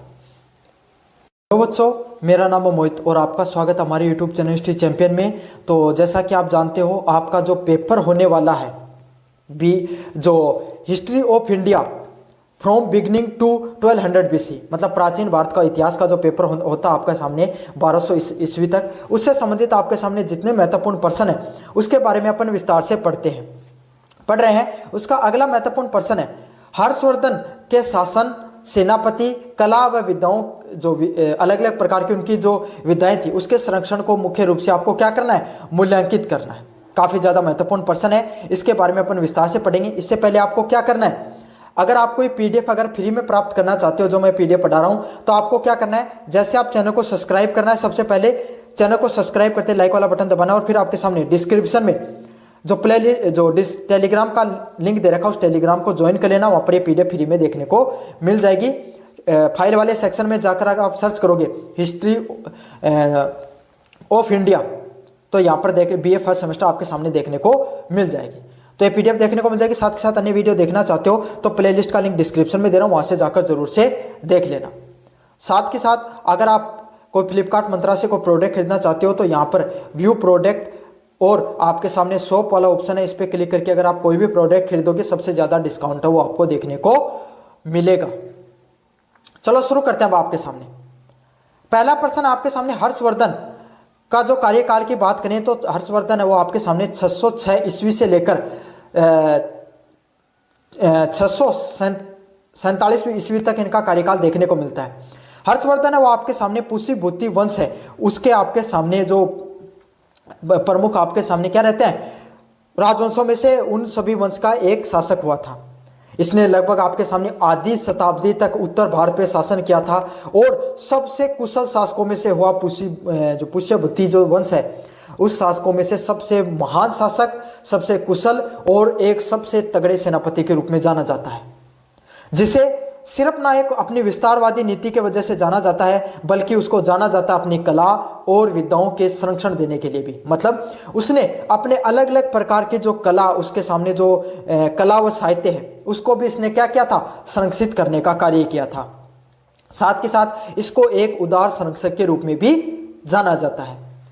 चीनी यात्री हेवन सांग के यात्रा वृत्तांत और बाण भट्ट की हर्ष चरित्र में उनके शासनकाल के बारे में विस्तारित रूप से पता चलता है। हर्षवर्धन के समय आपके सामने चीनी यात्री हैं, हेनस्यांग है, वो अपने भारत देश में घूमने के लिए आते हैं, और तब उस समय हर्षवर्धन के शासनकाल में किस प्रकार के शासन हुआ करता था उसके बारे में बताते हैं। और उसी के शासनकाल में, हर्षवर्धन के ही शासनकाल में बाण भट्ट है, वो वहाँ का क्या हुआ करता था, राज दरबारी कवि हुआ करता था। उसने हर्ष चरित्र लिखी, उसने भी उसके जो शासनकाल है वो किस प्रकार का शासनकाल है उसके बारे में विस्तार से बताया। उस वहाँ से भी हमें कुछ जानकारियाँ प्राप्त होती हैं। आइए आप जानते हैं कि हम एक हर्षवर्धन को एक कुशल शासक के रूप में क्यों जानते हैं, कैसे उन्हें जाना जाता है कि वो एक बड़े महान और एक उदार शासक के रूप में थे। हर्षवर्धन आपके सामने जो हर्षवर्धन है, हर्ष का प्रशासन है जो वो अत्यंत सुव्यवस्थित था। भले ही वो मौर्य जितना, जो मौर्य साम्राज्य उतना जितना उनके जितना केंद्रीकृत नहीं था, बल्कि वह प्रांतों, जिलों व गांवों में विभाजित था। मतलब प्रशासनिक अगर दृष्टिकोण से बात करें तो हर्षवर्धन का कार्यकाल है वो बहुत ही शानदार रहता है।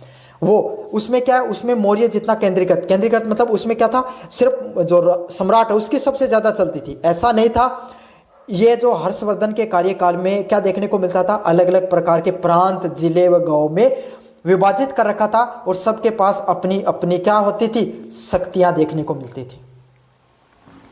वह व्यक्तिगत रूप से प्रशासन का निरीक्षण करता था और अपनी प्रजा के कल्याण के लिए भी कार्य करता था। क्या करता था, जो हर्षवर्धन है समय समय पर औचक निरीक्षण करने के लिए मशहूर था। क्या करता था, गांव में, कभी किसी गांव में उसे लगा कि भाई जो बाजार में भेष बदलकर काफी बार क्या करता था, परीक्षण करने के लिए चला जाता था, या फिर खुद भी आपके सामने कोई प्रशासनिक रूप से जो व्यक्तिगत वहां पर क्या करता था, परीक्षण करने के लिए चला जाता था। तो इससे लोगों की समस्या, उनके कार्यकाल में किस प्रकार से लोगों को समस्या का सामना करना पड़ रहा है, उनके प्रशासन में कहाँ कमियां हैं, कहाँ अधिकारी सही से काम नहीं कर रहे हैं, उनके बारे में उनको विस्तार से जानकारी प्राप्त हो जाती थी। समझ में आ गया आपको। अगले वाला पॉइंट आपके सामने भू राजस्व है। जो हर्षवर्धन है उसके समय आय का सबसे प्रमुख स्रोत कोई चीज थी, वो क्या थी आपके सामने, आय का प्रमुख स्रोत था, वो था वहां का भू राजस्व। भू राजस्व आपके सामने वो आय का प्रमुख स्रोत होता है, जो उपज का कितना था, 1/6 भाग था। कितना, 1/6, मतलब 6 बोरी अगर आपके अनाज की हो तो 1 बोरी आपके सामने हर्षवर्धन ले लिया करता था कर के रूप में।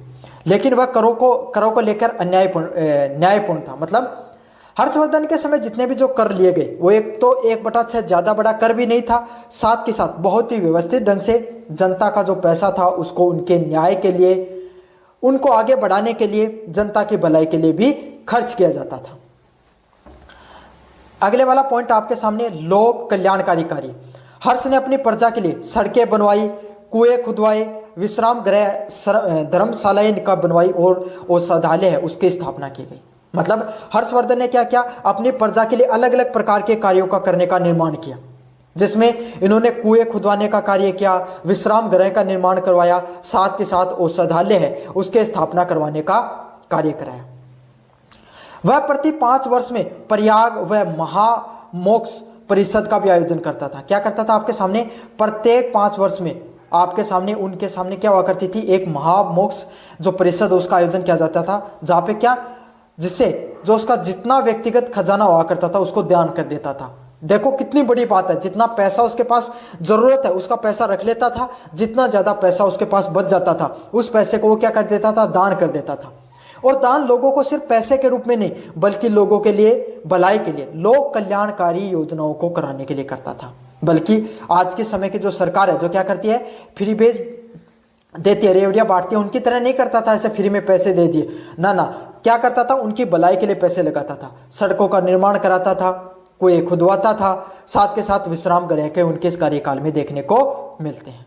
और उस समिति व परिषद का क्या नाम है, महामोक्ष परिषद के नाम से जाना जाता है, जो उसके समय आपके सामने लगती थी, जिसमें अपना सारा खजाना वो दान कर दिया करता था।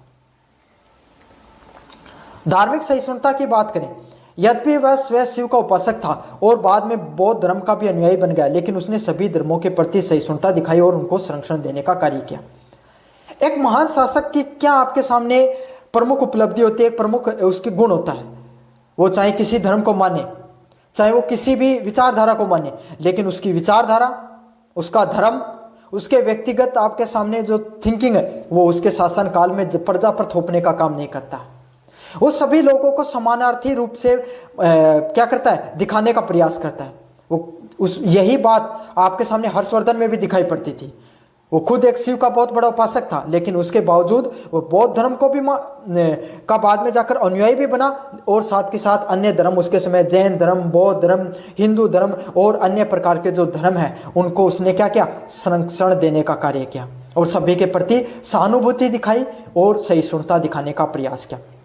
सभी लोगों को अपने धर्म मानने के लिए प्रेरित किया, सभी धर्मों को आगे बढ़ाने के लिए इन्होंने क्या किया, प्रयासरत रहे। यह तो थी आपके सामने जो कुशल शासक के रूप में उसके क्या क्या कार्य थे। तो प्रशासनिक व्यवस्था बढ़िया थी, राजस्व व्यवस्था बहुत बढ़िया करता था, लोक कल्याणकारी कार्य किए और धार्मिक सहिष्णुता उसके कार्यकाल में देखने को मिली। अगले वाला पॉइंट आपके सामने, हर्षवर्धन को एक दुर्जन सेनापति के रूप में कैसे जाना जाता है, कैसे माना जाता है भाई। हर्षवर्धन ने अपने भाई राज्यवर्धन की मृत्यु के बाद में थानेश्वर व कन्नौज का जो शासन है वो संभाला। कैसे संभाला भाई, उसके जो राज्यवर्धन उसके भाई को क्या हो जाती है, मृत्यु हो जाती है, और उसके बाद में उस वो है शासन काल है वो संभालता है थानेश्वर व कन्नौज जैसी जगह है जो यूपी में कन्नौज है वहाँ पर। उसने अपने सैन्य कौशल और विशाल साम्राज्य का निर्माण किया, पंजाब से बंगाल तक और हिमालय से नर्मदा तक फैलाया। मतलब प्रमुख उन्होंने उत्तर भारत में अपना संपूर्ण राज्य फैलाया हर्षवर्धन के द्वारा। समझ में आ गया। उसने आपके सामने उसका शासन काल बहुत बड़ा था, पंजाब से लेकर बंगाल तक और हिमालय से लेकर नर्मदा तक संपूर्ण उत्तर भारत में आपके सामने हर्षवर्धन ने क्या किया था, राज किया था। अगले वाला पॉइंट आपके सामने युद्ध कौशल। वह शशांक गौड़ शासन को पराजित किया तथा वल्लभी के ध्रुव भट्ट से मित्रता स्थापित की। उसने क्या किया, शशांक जो गौड़ शासक है उसको पराजित करने का कार्य किया गया उसके द्वारा। समझ में आ गया। और वल्लभी के जो ध्रुव भट्ट हैं उसके साथ इन्होंने मित्रता की। तो दोनों प्रकार के इन्होंने कार्य किए। जिन राजाओं को के साथ उसको लगता था कि संधि करने में फायदा है, उसके साथ वल्लभी के ध्रुव भट्ट जैसे जो राजा है जिनके साथ उसको लगा कि मुझे मित्रता करनी चाहिए, उसके साथ इन्होंने मित्रता की। और जिन लोगों के साथ लगा कि उनको विखंडित करके, उनको जीत कर, उनको पराजित करके उसको फायदा है, शशांक जो नाम का जो राजा गौड़ राजवंश का राजा हुआ करता था उसको हराया भी। तो उसने सभी प्रकार की नीतियों का हर्षवर्धन ने उपयोग किया। उन्होंने लोगों को हराया भी, राजवंशों को, उन्होंने उनके साथ संधि भी की। वो सिर्फ विस्तारवादी नीति में सिर्फ युद्ध को ही नहीं बल्कि संधि को भी मानता था। उसने कन्नौज को अपनी राजधानी बनाया और एक शक्तिशाली राजनीतिक केंद्र के रूप में भी विकसित किया। हर्षवर्धन के द्वारा उसकी राजधानी क्या बनी, हर्षवर्धन की कन्नौज है वो आपके सामने हर्षवर्धन की राजधानी बनती है, और कन्नौज को वो क्या बनाता है, एक शक्तिशाली केंद्र के रूप में भी विकसित करता है। समझ में आ गया आपके सामने। पुलकेशिन द्वितीय से पराजय। हालांकि वह एक सफल सेनापति था, लेकिन उसे चालुक्य वंश के पुलकेशिन द्वितीय ने नर्मदा तट पर पराजित का सामना करने पड़ा, जिससे उसे दक्षिण विजयपुर के अभियान को रोक लिया। एक हर्षवर्धन की सिर्फ जीवन में आपके सामने माने तो उसकी वो उत्तर भारत तक, अब आपका सवाल आएगा सर उसका उत्तर भारत में तो सारा का सारा जो साम्राज्य था, लेकिन उसने दक्षिण भारत पर क्यों नहीं गया वो, क्योंकि चालुक्य राजवंश पे उसने आक्रमण करता है। और पुलकेशिन द्वितीय से जब उसका जो विंध्याचल पर्वत के किनारे जो आपके सामने नर्मदा नदी पर उसका क्या होता है, युद्ध देखने को मिलता है, और जहां पर चालुक्य राजवंश के पुलकेशिन द्वितीय वो उसको क्या कर देता है, हरा देता है, और यहीं पर उसका जो दक्षिण का जो आपके सामने जो अभियान है वो यहीं पर क्या हो जाता है, रुक जाता है। आगे दक्षिण की तरफ वो पुलकेशिन द्वितीय को उसको बढ़ने से वहीं पर रोक देता है, और यहीं उसकी क्या हो जाती है, सैन्य सीमाएं हैं वो यहां पर उसकी हार के साथ कम हो जाती है। अगले वाला पॉइंट आपके सामने संगठित सुसंगठित सेनाएं। उसके पास एक बहुत बड़ी विशाल सुसंगठित सेना थी, जिसने पैदल सेना व घुड़सवार सेना व गज सेना शामिल थी। अगर अपन विस्तार से समझने का प्रयास करें तो हर्षवर्धन के पास एक बहुत बड़ी सेना देखने को मिलती थी, जिसमें अलग अलग प्रकार के पैदल लोग भी चलते थे, घुड़सवार भी थे, और गज हाथियों की सेना भी देखने को मिलती थी। तो हर्षवर्धन है वो अपने पास सिर्फ एक प्रकार की सेना नहीं बल्कि सारी की सारी सेना उसके पास थी, एक सुसंगठित व्यवस्थित व उसके पास एक स्थायी सेना देखने को मिलती थी। इसलिए वो अलग अलग प्रकार के उत्तर भारत में उसका जो सैन्य अभियान है, सफल सैन्य अभियान करने में वो सफल होता है। क्यों? क्योंकि सभी प्रकार की सेना का सम्मिश्रण उसमें देखने को मिलता है। पैदल चलने वाले सैनिक आगे चलते थे, फिर घुड़सवार और फिर गज सेना वो आपके सामने चलती थी। तो इस प्रकार से उसकी सेना का स्ट्रक्चर हुआ करता था। समझ में आ गया आपके सामने कैसे एक सेनापति के रूप में उसने कार्य किया, उसके बारे में भी मैंने विस्तार से बताया। अब अपन पढ़ेंगे आपके सामने हर्षवर्धन की कला व एवं विद्याओं, कौन कौन सी विद्याएं हैं जिसके संरक्षण के रूप में उसने कार्य किया। हर्षवर्धन की बात करें आपके सामने, वह स्वयं विद्वान और लेखक था। हर्षवर्धन है वो स्वयं एक बहुत उच्च कोटि का विद्वान व लेखक था। मतलब हर्षवर्धन की बात करें आपके सामने, एक वो बहुत ही उच्च कोटि का आपके सामने विद्वान व लेखक के रूप में जाना जाता है, उसने क्या किया था आपके सामने, संस्कृत में 3 प्रमुख नाटक प्रियदर्शिका, रत्नावली व नागानंद की रचना की थी।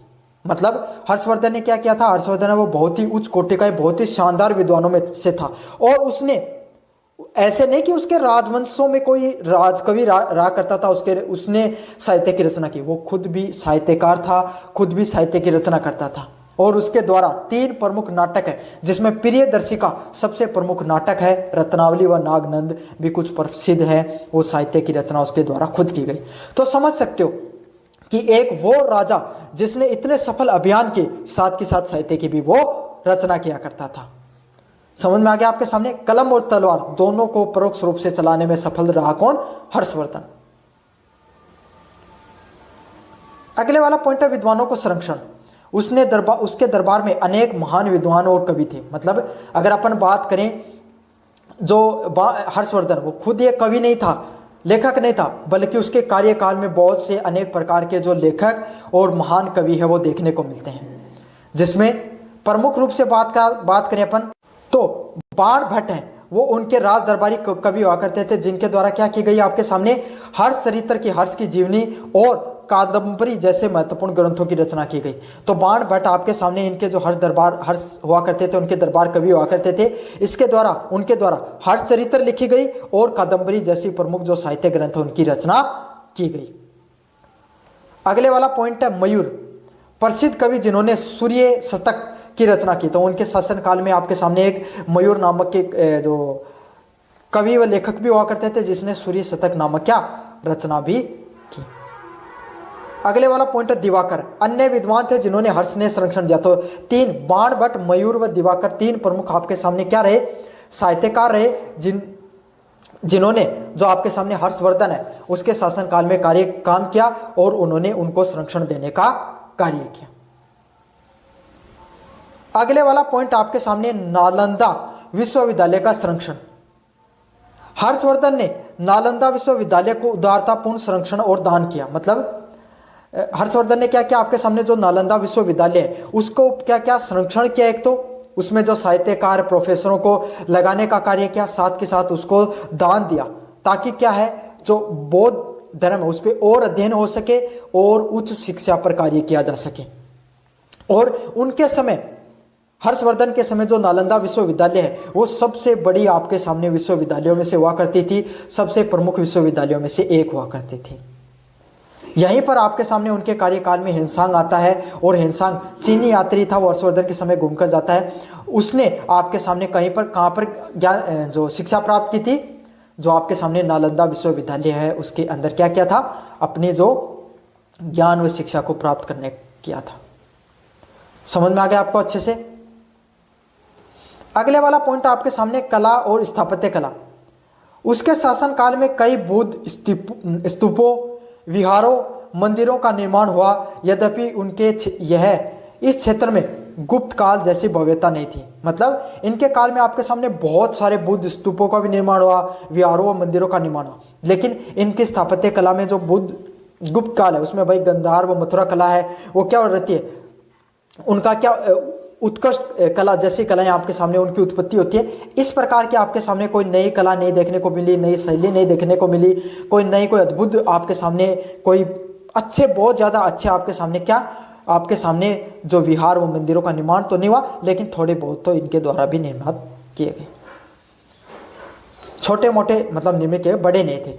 हर्ष को एक महान विजेता व कुशल जो प्रशासक के होने के साथ साथ साहित्य और कला का उदार संरक्षक भी था। मतलब हर्षवर्धन आपके सामने एक महान विजेता भी था, एक कुशल प्रशासक के साथ साथ आपके सामने साहित्य और कला का सबसे तगड़े संरक्षक के रूप में उसको जाना जाता है।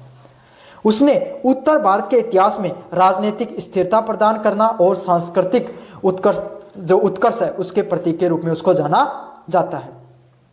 उसने भारतीय इतिहास के महान शासकों के विशिष्ट स्थान प्रदान है। तो भाई एक आपके सामने हर्षवर्धन के बारे में अपने जितना पढ़ा है उससे आपको क्या पता चला, इतना तो कम से कम आपको समझ में आ गया होगा कि वो राजा हुआ, वो सम्राट हुआ जिसने कलम और तलवार दोनों एक साथ चलाई, जिसने पूर्ण उत्तर भारत पे आपके सामने क्या रहा, राज करने का प्रयास किया। कहीं पर उसका शासन प्रणाली बहुत ज्यादा अच्छी थी, वहीं उसको दक्षिण में पुलकेशिन द्वितीय के चालुक्य राजवंश के पुलकेशिन द्वितीय से हार का भी सामना करना पड़ता है। बहुत अच्छा सेनापति था, लेकिन उसको दक्षिण अभियान में हार का सामना करना पड़ा। दूसरी तरफ उसने क्या है, नालंदा जैसी विश्वविद्यालयों में अपना थोड़ा बहुत अनुदान दिया और उनको संरक्षित करने का प्रयास किया।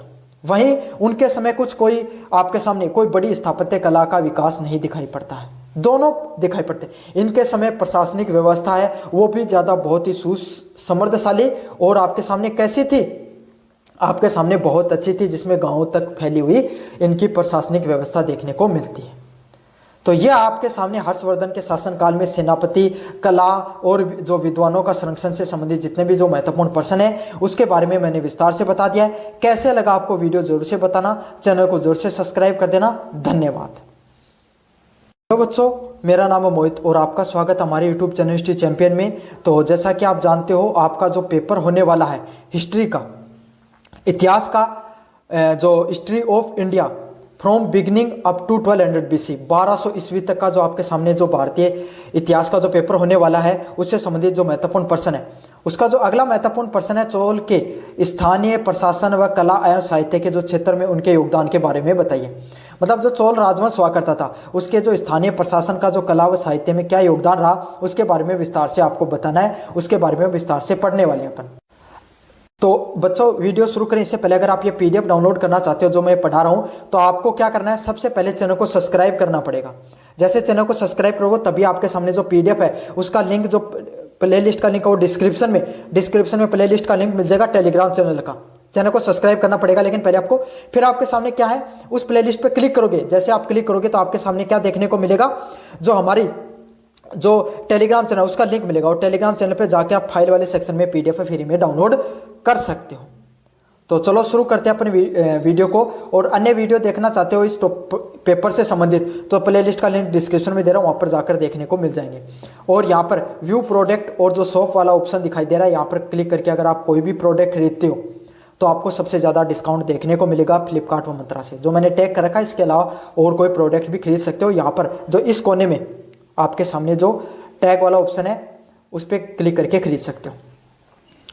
तो अपन अगर पढ़े, अब प्रश्न की तरफ पढ़े अपन आगे, तो चोल साम्राज्य वो आपके सामने 9वीं से लेकर 13वीं ईस्वी तक दक्षिण भारत का एक सबसे अत्यंत शक्तिशाली और दीर्घकालीन साम्राज्य था। मतलब चोल साम्राज्य वो आपके सामने 9वीं से लेकर 13वीं शताब्दी ईसा पूर्व तक दक्षिण भारत के एक सबसे बड़े शक्तिशाली व दीर्घकालीन साम्राज्यों में से कौन सा होता है, एक शक्तिशाली साम्राज्य होता है, जो अपने सुदृढ़ केंद्रीय प्रशासन व अद्वितीय स्थानीय स्वशासन व कला व साहित्य के क्षेत्र में अभूतपूर्व योगदान रहता है उसका। मतलब चोल साम्राज्य है वो आपके सामने कहाँ तक देखने को मिलता है, 9वीं से लेकर 13वीं शताब्दी तक उसमें क्या देखने को मिलता है, उसमें उसका जो शासनकाल है वो पूरा का पूरा देखने को मिलता है।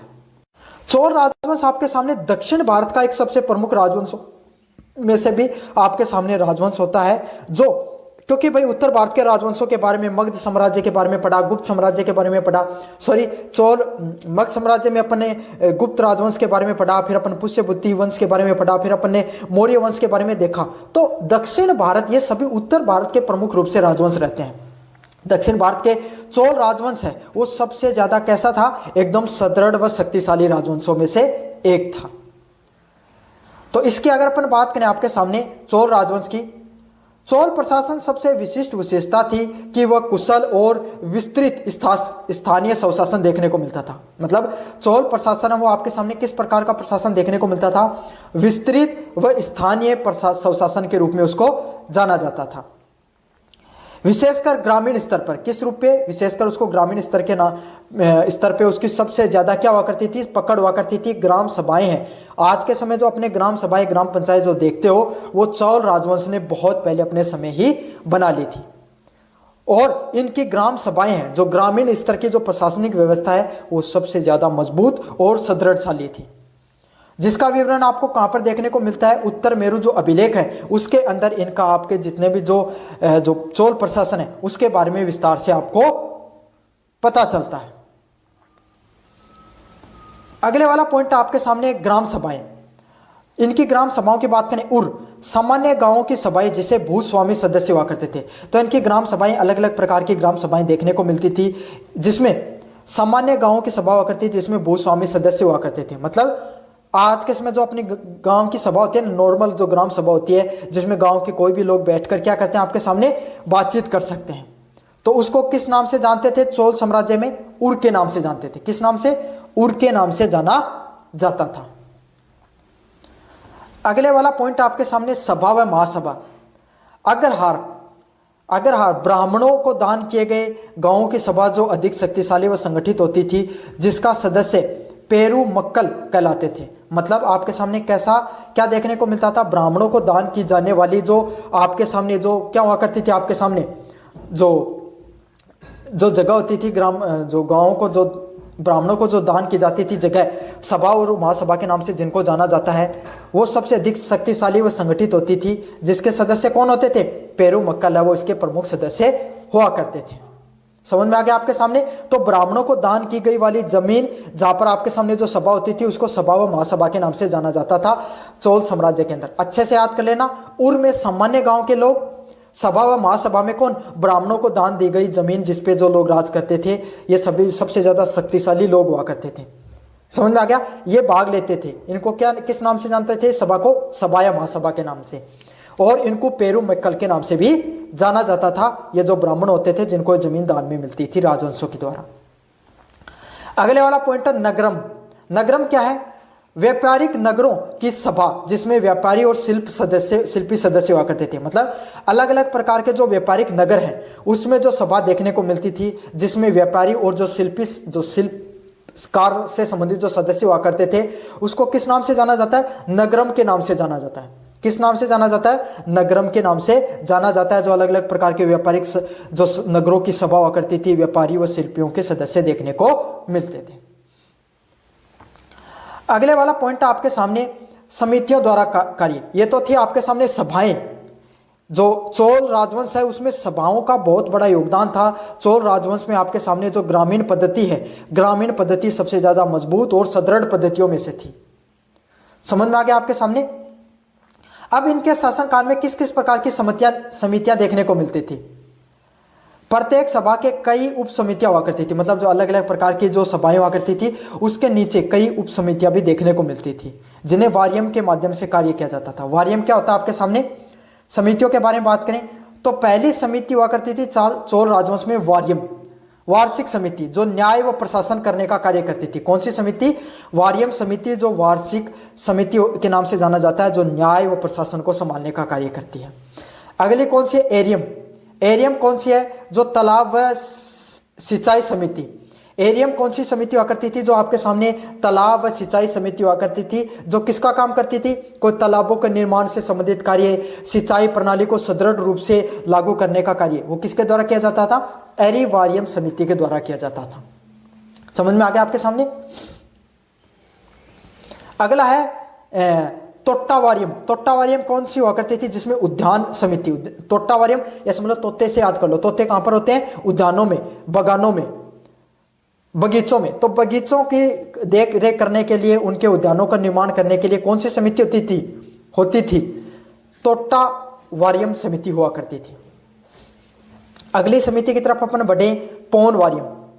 नाम से पता चल रहा है आपको सामने कैसी समिति है, श्रवण समिति।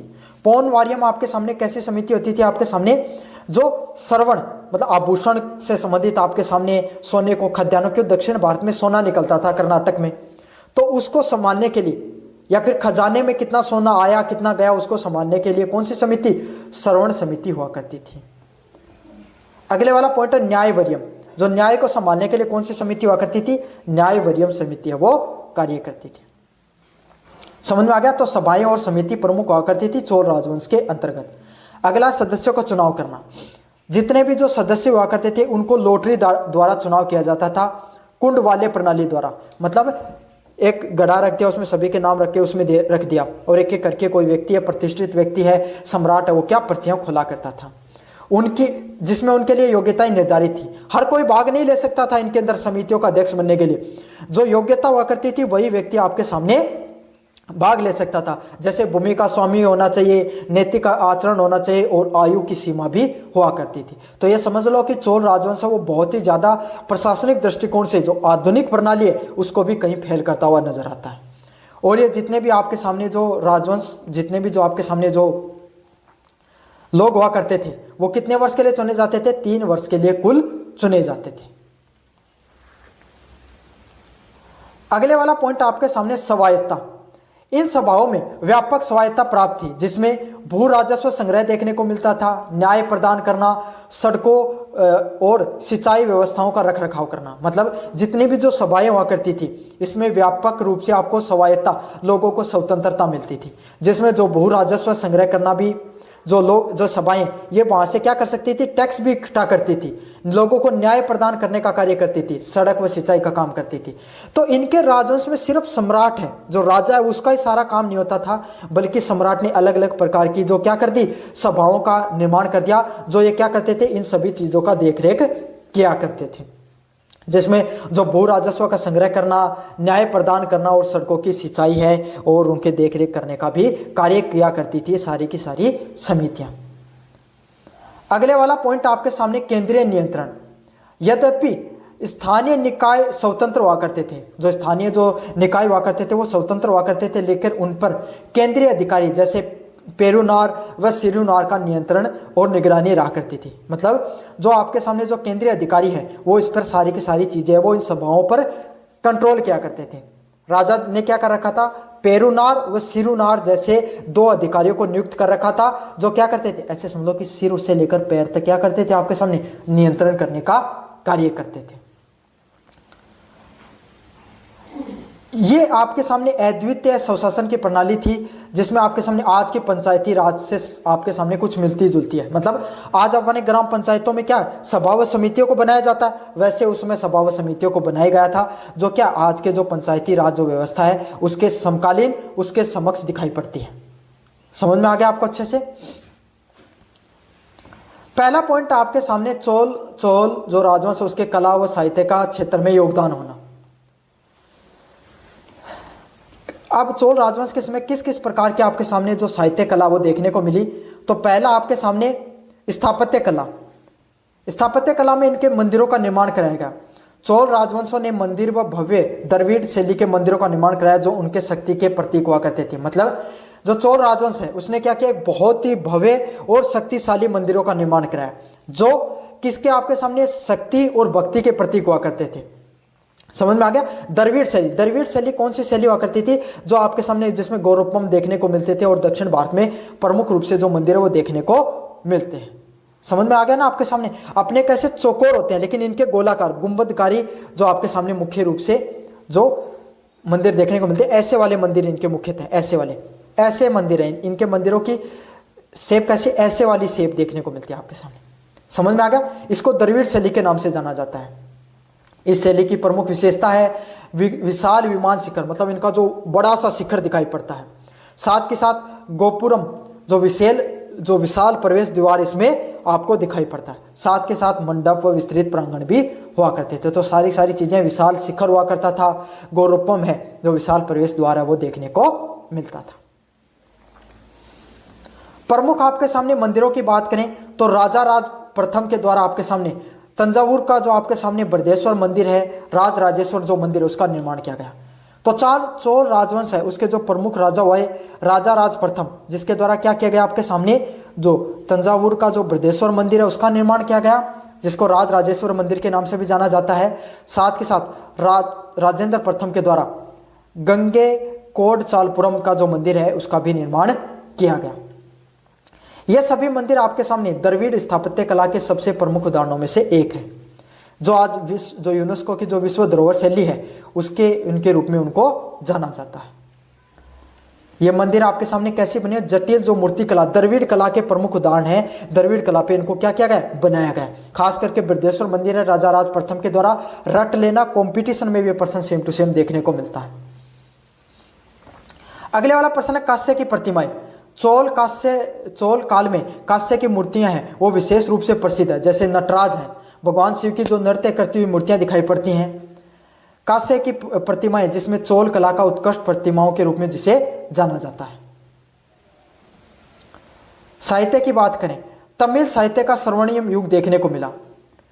जो चोल राजवंश है, चोल काल के अंदर जो आपके सामने तमिल जो साहित्य उसके सबसे स्वर्णिम काल के रूप में जाना जाता है, जिसमें धार्मिक और धर्मनिरपेक्ष दोनों प्रकार के साहित्य का विकास हुआ। मतलब चोल राजवंश को कैसे जाना जाता है, जहाँ पे तमिल साहित्य उसका सबसे ज्यादा विकास देखने को मिलता है। समझ में आ गया। संगम साहित्य को कहीं कहीं यहीं से निकल कर आता है फिर आपके सामने। कम्बनम व रामायणम, ये क्या आपके सामने तमिल साहित्य की सबसे महान कृतियां हैं। कौन सी? कम्बनम व रामायणम दो प्रमुख जो तमिल साहित्य है उसकी कुछ प्रमुख साहित्य कृतियों में से है, जिसने 12वीं शताब्दी में, जैसे 12वीं शताब्दी में कम्बनम लिखा गया, ये रामायण व तमिल के रूपांतरण रूप है। मतलब जो रामायण है उसको तमिल भाषा में किस में लिखा गया, किस रूप में जाना जाता है, कम्बनम का रामायणम के रूप में जाना जाता है। समझ में आ गया। जो रामायण है उसको तमिल भाषा में लिखा गया है, उसका क्या नाम लिखा गया है, कम्ब रामायणम के नाम से उसको जाना जाता है। अगले पॉइंट आपके सामने अन्य लेखकों की कृतियां, जैसे पेरियार पुरम सेकीझार द्वारा 36 नारियार संतों की जीवनी, तिरुकदेश्वर की जीविका चिंतामणि व जय कोडवर की कलिंग तुपरगणी इस काल की सबसे महत्वपूर्ण जो आपके सामने रचनाओं में से एक है। अगले वाला पॉइंट आपके सामने धार्मिक साहित्य, शैव भक्ति, नारियार व वैष्णव भक्ति, जो आलवार जो आपके सामने संत है उनकी कविताएं और गीतों का संकलन देखने को मिलता है। तो इसमें आपके सामने शैव भक्त और जो शिव को मानने वाले वो शैव भक्त कहलाए, जो विष्णु भगवान को मानने वाले वो अलवार या फिर के नाम से जाना जाता है। विष्णु भक्ति को अलवार के नाम से भगवान विष्णु को मानने वाले, और शिव भक्तों को नारियार के नाम से जाना जाता है। दो अलग संप्रदाय हैं आपके सामने दक्षिण भारत के अंदर, और इनके जो इनके संत हैं इनके कविताओं गीतों का संकलन देखने को मिलता है जो चोल साम्राज्य के अंतर्गत। तो ये था चोल साम्राज्य, जिनके शासनकाल में आपके सामने सारी की सारी जो प्रशासनिक, साहित्यिक और जो व्यवस्थाएं हैं वो देखने को मिलती है। विस्तार से पढ़ा अपने सभी चीज़ों को। कैसा लगा वीडियो जोर से बताना, चैनल को जोर से सब्सक्राइब कर देना, अपने दोस्तों को जरूर से शेयर करो। धन्यवाद।